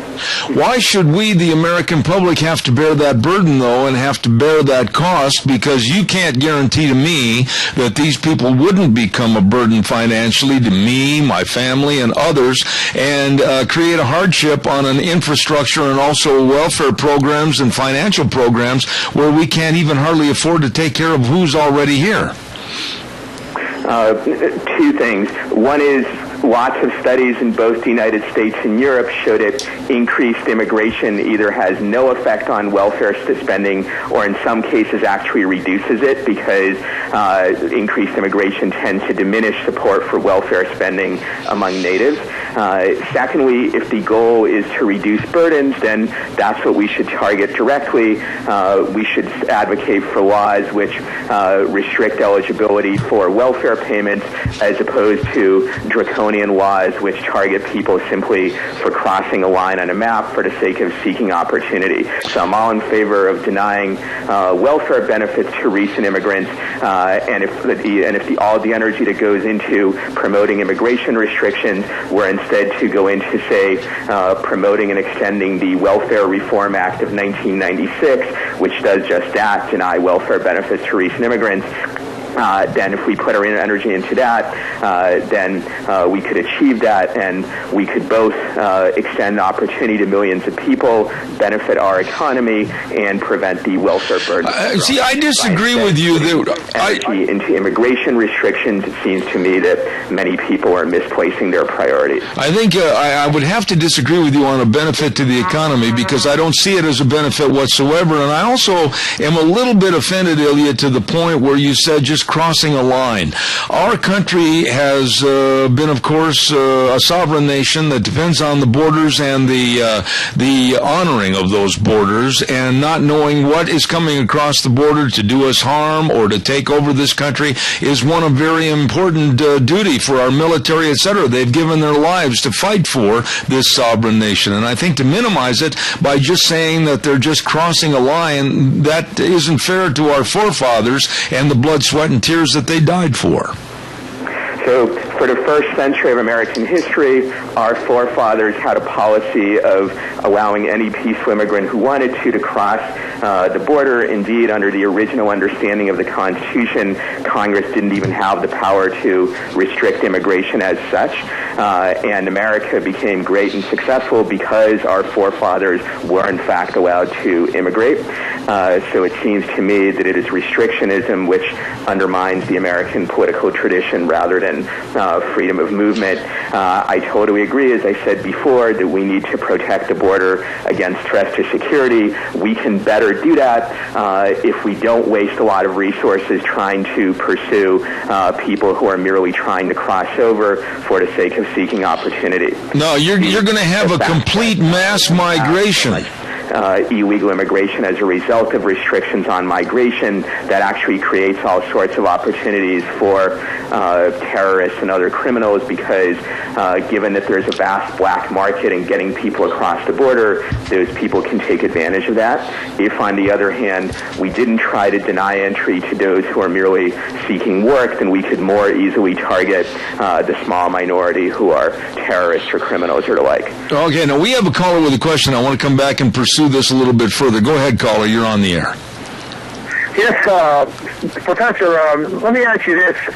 If we can't process Obamacare in a proper manner with the people that are trying to sign up and receive services, how in the hell are we going to process illegal immigrants that are flowing across the border? We have absolutely no idea who they are, where they're going, what they're doing. And we can't even, the government is so inefficient. How in the hell are we going to process these people to know where they're going and what they're doing at this point? It's a joke. I can't even imagine how it will get done. Just because people say it will get done doesn't mean it. What has really gotten done with this in the 6 years that we have had this administration? I'll hang up. Go ahead and respond to that, if you would, please, Elia. Thank you. So I share somewhat of frustration, but the reason why we have trouble processing people at the border is because the only way most of them can cross is to do so illegally. If we announced a policy that anybody who wants to cross peacefully to seek work can do so long as they say register at the border, there would be a tremendous incentive for people to, in fact, do just that. So I would say that it's illegality that actually ensures that most of the people crossing will be people that we don't know who they are and have no ability to process them. If, on the other hand, the crossing were legalized, then it would be much easier to keep track of who's doing what and to get them to register and so forth. Aren't you basically, though, Ilya, forgetting some very important items? Number one, first of all, we don't know who these people are. Secondarily, we don't have the jobs and the resources for all these people. Second and thirdly, why should we, the American taxpayer, have to bear the brunt of the cost? And there's going to be a lot of costs. The accounting offices, even with this government, have said that this is going to go up billions of dollars in cost to the American taxpayer. And when to you is enough on immigration that is just basically an open flow border? So first of all, the CBO and many other studies show that immigrants are a net contribution to the economy, and as I noted before, they do not lead to a net increase in the size of the welfare state.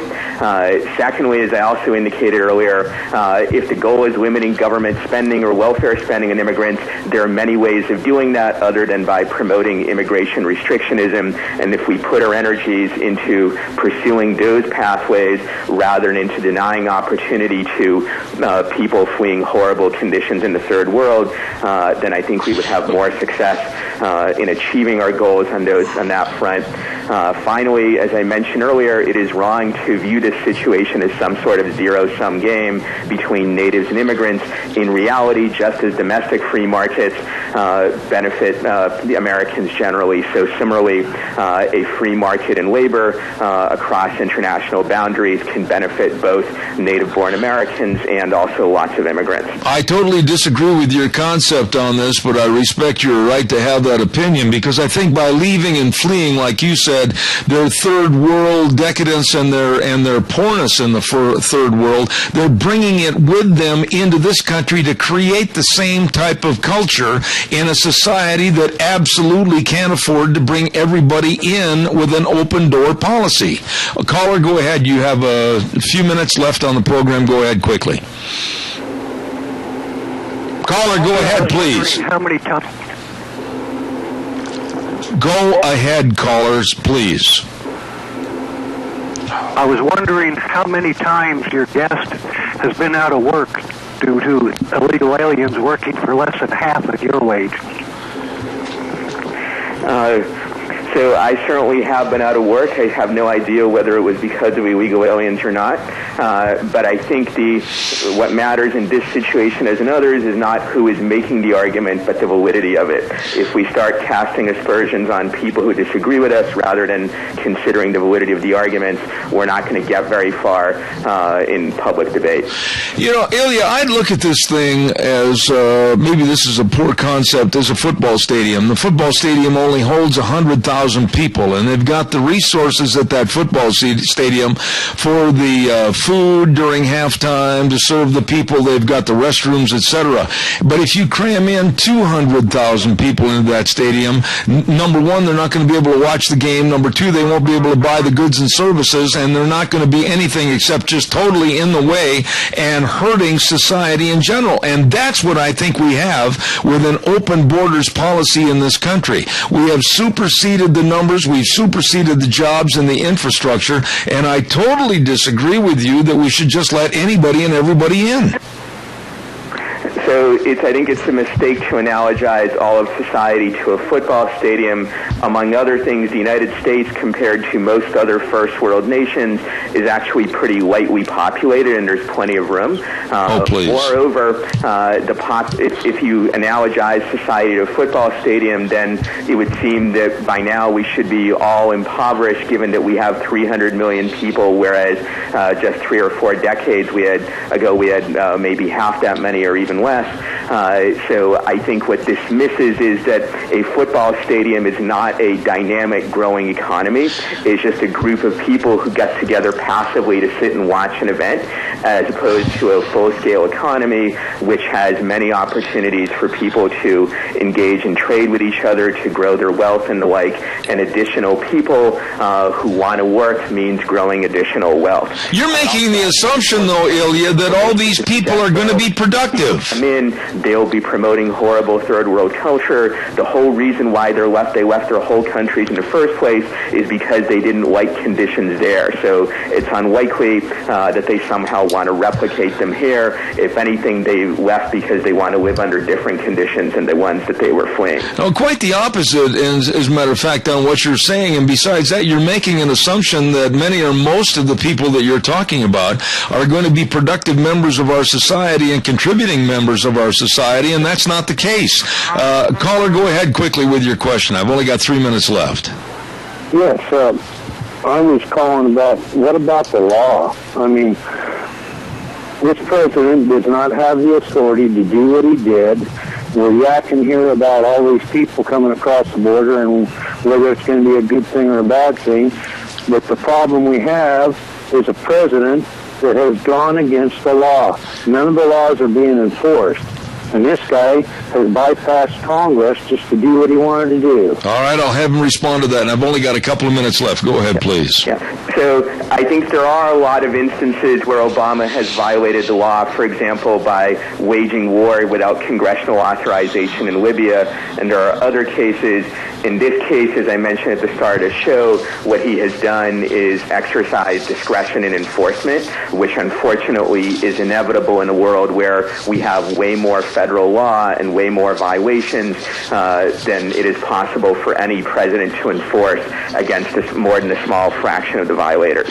Well, you know, the basic costs, and we could argue all day on this, Ilya, but I'm going to stand up for my side of it. Absolutely, I think this is going to cost Americans with illegal immigrants coming into this country, carte blanche. We're going to be looking at well over $2 trillion more in cost factors. And to me, with undocumented people coming into this country, the housing, again, the welfare programs, and the living conditions, etc., why? Why do we have to be the catch-all to all nations to come in right now when our economy is at a tipping point and we don't have the jobs or the infrastructure to take care of our own?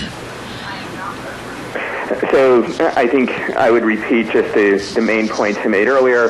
First, overwhelming social science evidence finds that more immigration either reduces the size of the welfare state or keeps it about the same. No. Secondly, if we are concerned about spending, we can target that directly. We can make immigrants ineligible for various welfare benefits, as, by the way, in most cases, they already are. And we can control costs in other ways as well. If we direct our political energies to that, as opposed to keeping out people seeking opportunity, then we can make progress both in terms of reducing government spending and also in terms of growing our economy in the long run. You know, it's all pie in the sky, but so far it hasn't worked. You and I disagree, perhaps understandably, about how to go about doing it. Absolutely. I've got time for one more quick call, and that's it. Then I'm going to have to wrap it up. Caller, go ahead, please. Caller, go ahead, please. Yeah, I just want to ask your dad the same question I asked Frosty. How many of these people is he willing to personally take into his home and be 100% responsible for it? House them, to clothe them, to provide for their medicals and everything? Because if he expects the nation to do that, I wonder how he feels that they would be beneficial to his personal household if he put them in. Would they grow the economy of his personal household is he took 100% responsibility. All right, Ilya. And I'm the bloody man. All right, thank you very much. Quickly, I've only got a minute left. Fast response, please. So I had trouble hearing the question. Was it how would I feel if these people were living in my personal household? Is that the question? Yeah, I mean, basically what we're doing is welcoming them to the United States of America, and we're opening up our arms and saying, here, share this with us, share that with us, until finally the infrastructure of our country breaks down to the point where we could turn very easily into a third world country that they left. And you have to draw a line in the sand someplace, Ilya, and say enough is enough, and we can't be the American dream for everybody in the world. I think the line in the sand is people's individual freedom and individual choice, just as we don't worry that everybody in Mississippi is going to move to Texas or New Hampshire, even though those places have vastly more wealth and opportunity than Mississippi does. We let people's free choices in the free market determine that, so the same thing with international migration. Yeah, but you're assuming that these people have the right to tell us what to do. Precisely because for a long time we did not listen to arguments of this sort, and instead we did leave migration up to individual choice. Had we adopted that same sort of policy in the 19th century, the early 20th century, and many other points in our history, we would not be the wealthiest and most powerful nation in the world, and I think the same point applies today. These other people should never have enter a new culture and society in search of opportunity. Those, I think, are precisely the kind of people that we want to have. Ilya, your assumption is that these people should have the right to decide to come here as illegal aliens, and as an American citizen of this country, I think that we and our Constitution should have the power over yes or no. I appreciate your fact that you were on the program this morning. Thank you very much for your time. We'll have you back for another debate in the future. Thank you very much. Thank you. Thank you so much for having me. You know, the biggest argument I have with people that are pro-open borders people is that they have this mindset that I tried to get through to him is why should they, the people from another country, ever have the right to decide whether they have the right to come here or not? They are illegal aliens. Illegal, not citizens, aliens, not citizens of this country. But yet he's trying to teach us that they have the right to make a decision to come here. And that's where I draw the line. I wished we had more time. We'll send it back over to our main studios. I'll be right back.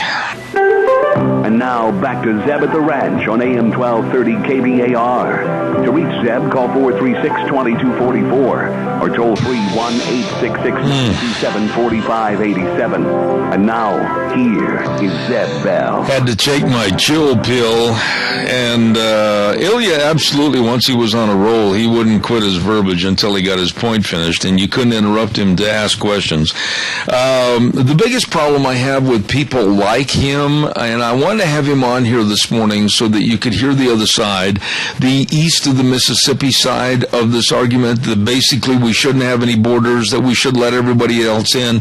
But I want to reiterate what I said to him towards the tail end of that interview, is that he and others like him, they have a feeling like it is the right of anybody in the world to come here if they wish and not have to go through any kind of an immigration process. That is what makes me so upset as to these open borders people. I'll have him back and we'll finish that discussion in the next couple of days if he will come back. I got to get my next guest on momentarily, but I want to remind you, too, that on Thursdays, not this Thursday because it's Thanksgiving, normally on Thursdays we have at 10:12 in the morning a segment called School Days in Cassia County, and thank you very much to A Child's World at 1308 Overland in Burley. And by the way, if you say you heard it on Zeb's program, you'll receive 25% off the item that you're purchasing. Just mention my name. Don't forget all the toys, everything right there at A Child's World, 1308 Overland in Burley. And, of course, the Ambulatory Surgery Center, 1344 Highland Avenue in Burley, right across from the hospital. The number to call, 677-8888. 677-8888. Knee surgeries, carpal tunnel, hand surgeries, life-saving colonoscopies, right there at the Ambulatory Surgery Center, 677-8888. Let's go to the phone lines right now. A very dear friend of mine, Dan Gaynor, how are you this morning? I am doing remarkably well. How are you? Well, I am frustrated. I just had a gentleman come on my program, and we tried to bring out both sides of this issue with Barack Obama trying to open up the doors and the floodgates to let amnesty basically occur for 5 million people plus. And this gentleman was a person that was absolutely an open borders type person and believed that we should let anybody in, using his words, that wants to come here because they have that right. And I'm still trying to take my chill pill because it just frustrates me. Some of the people think they can just come here and not have any laws in this sovereign nation whatsoever. Well, I mean, look, I understand, first of all, people wanting to come here because it's the greatest nation on earth. That's true. How much the left screws it up. That's true. So there's that. I also understand, if you look historically, we used to be much more open about letting people come in. But then we created the welfare state. There you go. And when we created the welfare state, well, of course, naturally, what people don't want to tell you, this is the side issue. What the journalists won't tell you about what Obama did is the side issue is we now have to provide services for 5 million people. You know, that's the not so small nuance here. Well, and besides that, you know, the services, look at the cost factor for the kids going to the school system. And they're not all going to be productive citizens to the point where they're going to come in with jobs hanging around their neck saying, I'm going to be the CEO of a next company. We have no idea how the infrastructure is going to relate to these people, as I tried to explain to this professor. Infrastructure, housing, food, welfare programs, education, all of that is going to be a distinct burden and blow to the American taxpayer. Do you agree or disagree? Well, education especially, because I can tell you, I know some teachers in Texas, and I do a lot of radio in Texas, and the schools there have a large number of Spanish-speaking students. That's right. Who are not from this country. And yes, they may be wonderful people, and they may even be here legally. But the burden that creates is a burden that we, as American citizens, get to decide. That's right. Not somebody who's not an American citizen or not government by fiat. Well, and that was one of the key remarks, and I don't mean to get off on this subject with you, Dan, but I treasure your opinion. That was one of the key remarks he made right at the very end of his dissertation, saying that they, the immigrants, have the right to make the decision to come here. No, they don't. Yeah. They are not citizens of this country. The Washington Post on Saturday profiled, I'm not going to be able to come up with the name, it was an obscure member of Congress from Austin, I think it is, because I literally have never heard of the guy before. But they profiled him as a way of supporting Obama's border policies, and they depicted him as, you know, this wonderful guy. He's a complete open borders loon. And then today they followed up the very same section that on Saturday ran that profile, runs today a profile of Jose Antonio Vargas, who is a former Washington Post reporter who's also an illegal immigrant. And here's one of the lines from the story, because I got this sitting right at my desk. He's in a hurry to convince his fellow Americans that people like him should be considered fellow Americans. Yeah. Well, you know what? He's not a fellow American. That's right. You want to say he's a fellow North American if he's from Mexico or whatever, but he's not an American. Americans are American citizens. A lot of people risked their lives, were wounded, or even died, proving that point.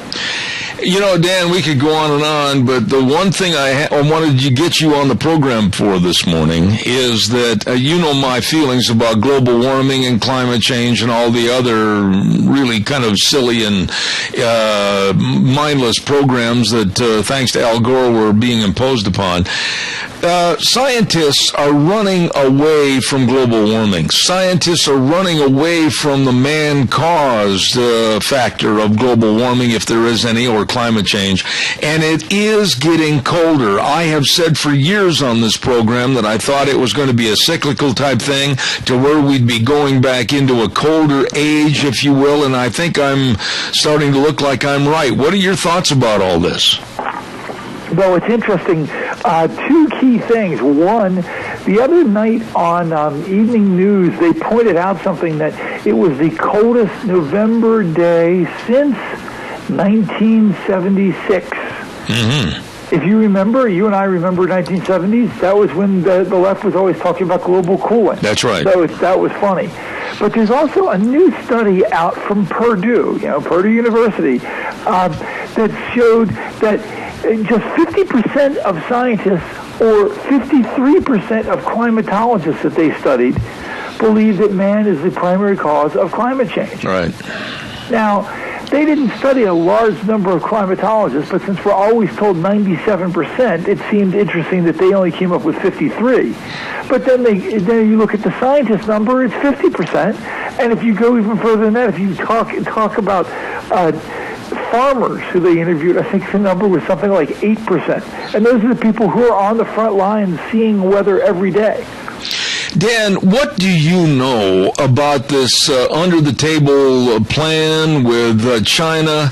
What did the president promise the Chinese? What's going to happen with our resources as far as global warming is concerned under the Obama administration? What are they going to do to try to lower the emission standards like back to 1995? I mean, give us an update as to what you think is going to happen. Well, what the idea here is, this is not a firm treaty. It's an agreement, which means the president can use the executive powers, the power of the executive branch, to force us to agree to that. That means the EPA.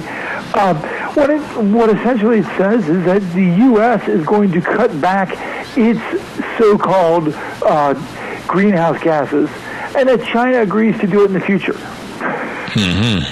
So that's sort of like saying, I'm going to fix you dinner and then you owe me. It's a foolish agreement that has real little force of law, but they're still going to bully it through. And I mean, to quote Obama, elections have consequences. This is one of the consequences of election. You've got a president going and cutting deals that jeopardize our economic well-being, and the media don't certainly care.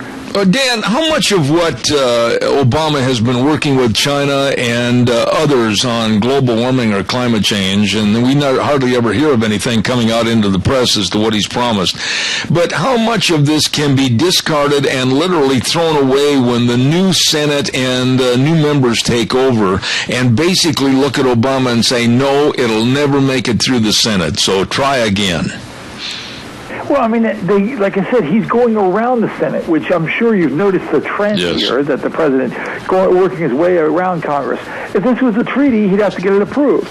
The Kyoto Treaty, the climate change treaty from 9 years ago, that had to get approved. It never got approved. He never had the Senate votes for it. And so here we are with this. They don't have to get it approved. It's just they'll deal with it administratively and harass citizens and companies about their emissions separately, and it's up to Congress to try to rein that in, and Congress has shown no willingness or ability to do so. Yeah, and nobody knows more about energy and knows more about what this Obama administration will do on climate change or global warming, whatever you want to call it, than you do. But how much more are you worried about? What have you been hearing behind the scenes that this administration might try to put through in the next 2 years? Well, I mean, what they're doing, they're killing. We have at current usage roughly 200 years of coal.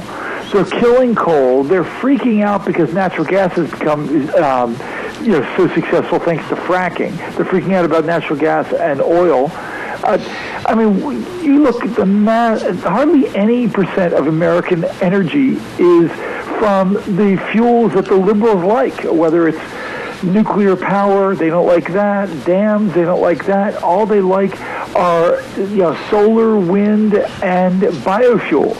Well, that has almost no impact on most Americans' lives.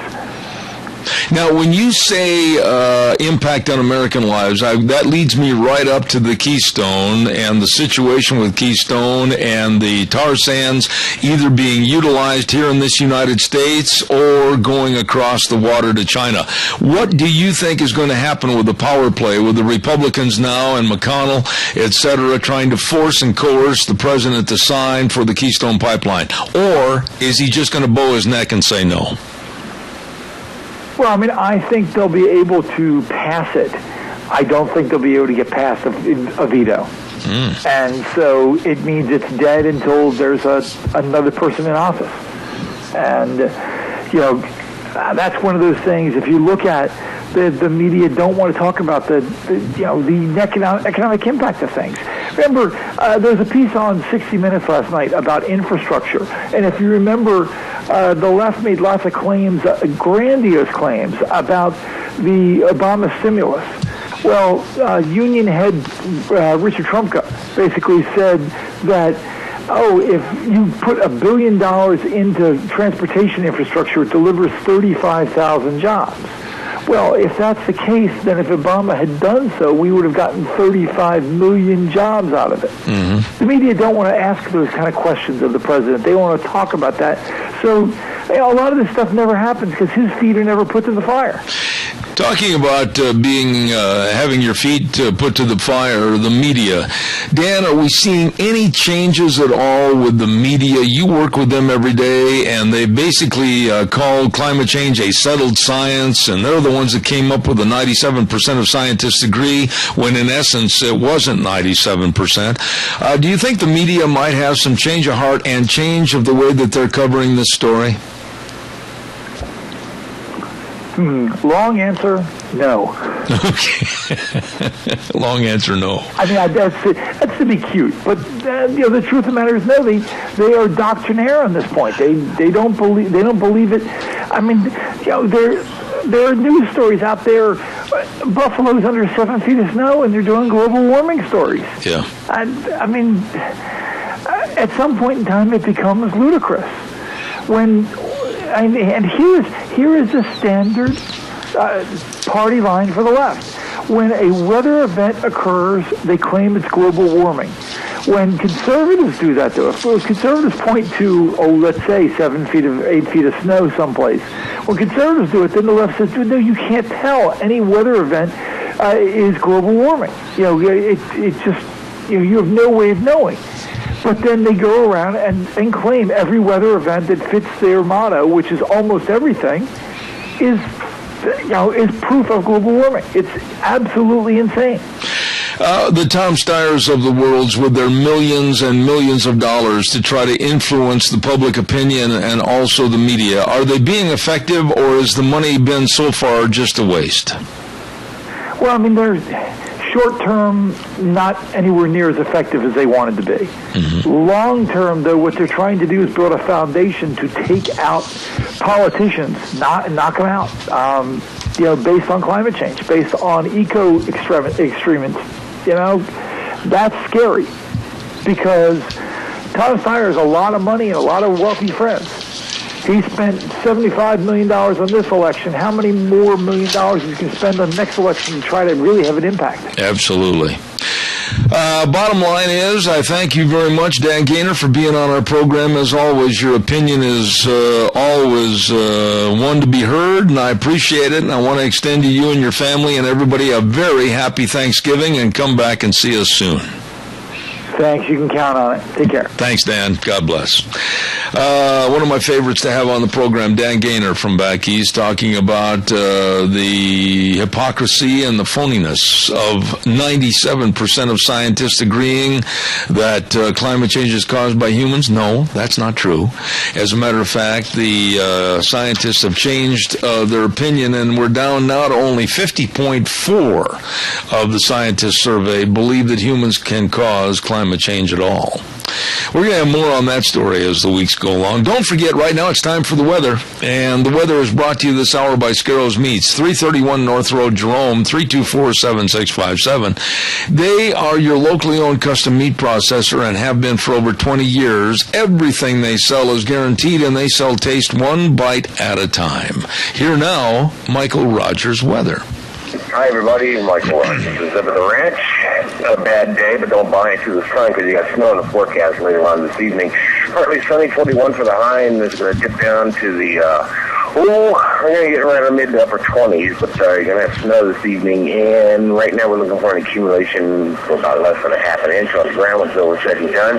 That snow that you're going to get is going to change the rain for tomorrow. Look for a high of 50. Have a great day. Enjoy the weather. It's the only weather you got. Michael, thank you very much. How does a smoked ham or a smoked turkey sound for Thanksgiving? Well, if you haven't ordered yours, you better call them now. Scarrows Meats, 324-7657. Scarrows Meats in Jerome, selling taste one bite at a time.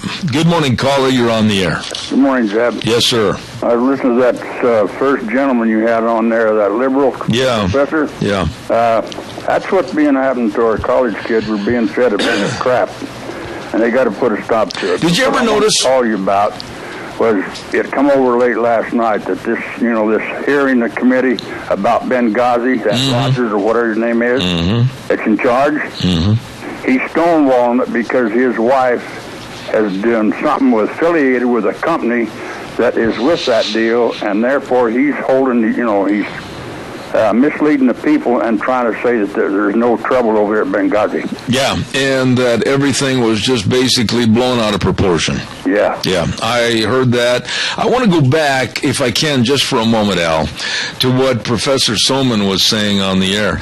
Did you notice the liberalese that he was trying to throw on the program to the point where those that are coming from foreign countries, and I want to reiterate this point, I tried to interrupt him on a couple occasions, you were listening, but he just kept right on rambling. They have the right to make that decision. Al, that's the concept and the mindset of these people. They think that other people in other countries have the right to tell us if they're coming here or not. I know it. And I just know I'm just getting fed up with the whole thing because I appreciate people and I try to work with all the people, but if they come in here illegally, defying our laws, then I say we got to do something about it. I know years ago when I was a kid in the 40s, they built them labor camps out here. They come up here, they worked the summer jobs and went back in the fall. There was no problems whatsoever. Now everything has changed because somebody found out they could stay up here and get on welfare, and they started bringing them in by the hundreds. Yeah. I was absolutely astounded when I heard some of his comments about basically that they're all coming in. And another point that he made that was completely fictitious is that they're all going to be contributing members to our society and everything. He made it sound like they were all CEOs of various companies. No, that's not the way it is. But still, Zeb, I've got a heck of a lot of people that I appreciate and I admire and even work with. They're Hispanics and that, so... Absolutely. I can't condemn everybody, but these ones coming over from... it's got the Ebola and all that stuff come over here. We got to watch that stuff. I don't care what anybody says. I agree with you. Al, always good to hear from you, and I'm going to have a little story on that Benghazi thing tomorrow, by the way. Okay. Thank you. All right. Don't forget Snyder Surplus, 112 South, 200 west of Rupert. They've got all the wool socks, and they got the insulated coveralls, and they've got furniture. They've got filing cabinets. They've got everything. And when I say everything, oh, man, I mean everything. That is quite a store. Brand new building, brand new merchandise, same great friendly service. At 112 South, 200 west of Rupert, Snyder Surplus. These are the nicest people, and Leland and Tammy and everybody want to wish you and yours a very happy Thanksgiving from Snyder Surplus. Good morning, caller. Quickly, I've only got a short time. Go ahead. Okay, Jeff. What I wanted to talk to your guest about yet earlier about the immigration was we have enough of our own derelicts here that were born here, raised here, that we have to deal with. And we're talking about bringing in others from other countries. We can't support it as taxpayers. And as far as his argument that there's always jobs, that's just really not true. There's a limited amount of jobs available, not only for seasons around here, seasonal, but in general altogether. Yeah, but Riley... 1 billion jobs for 1 billion people. Riley, the liberal mindset on this is that America is a rich, rich country, and America has unlimited resources and unlimited supplies and unlimited everything, and it doesn't. We are being pushed up against the edge of the cliff right now with our boot heels. But the liberal mindset is that everybody can come here if they want to, as he stated, and also the point that he kept trying to make is that they have the right to make that decision to come here. And no, they don't. Not when Riley and Zeb and everybody else are basically footing the bill and paying for the infrastructure as taxpayers and citizens of this country. I agree with you, and the fact that they're all contributing is false. It's false in that statement alone. Not everyone is contributing. Not everyone's a derelict, but not everyone's contributing. Amen. And that's the best way to say it. Thank you, Putty. I appreciate it. Thank you very much. I'm going to have Ilya Salmon back on the air again because it shows the Eastern mindset. It shows the Obama mindset as to what they're trying to perpetrate on immigration.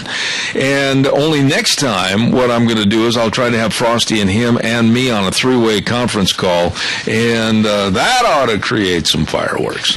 Anyway, are you ready for winter driving? If you're not, you should be, because your Magic Valley Les Schwab Tire Centers, all 7 locations, have all your winter driving tires. They have all the tires that are pinned for studs. They've got all the tire chains. They're going to get you through all the snow, the ice, and the muck.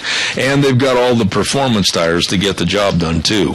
Along with that, they've got the very, very best of winter wheels. They've got all your batteries, the best in brake service, front end alignment, shocks, and struts.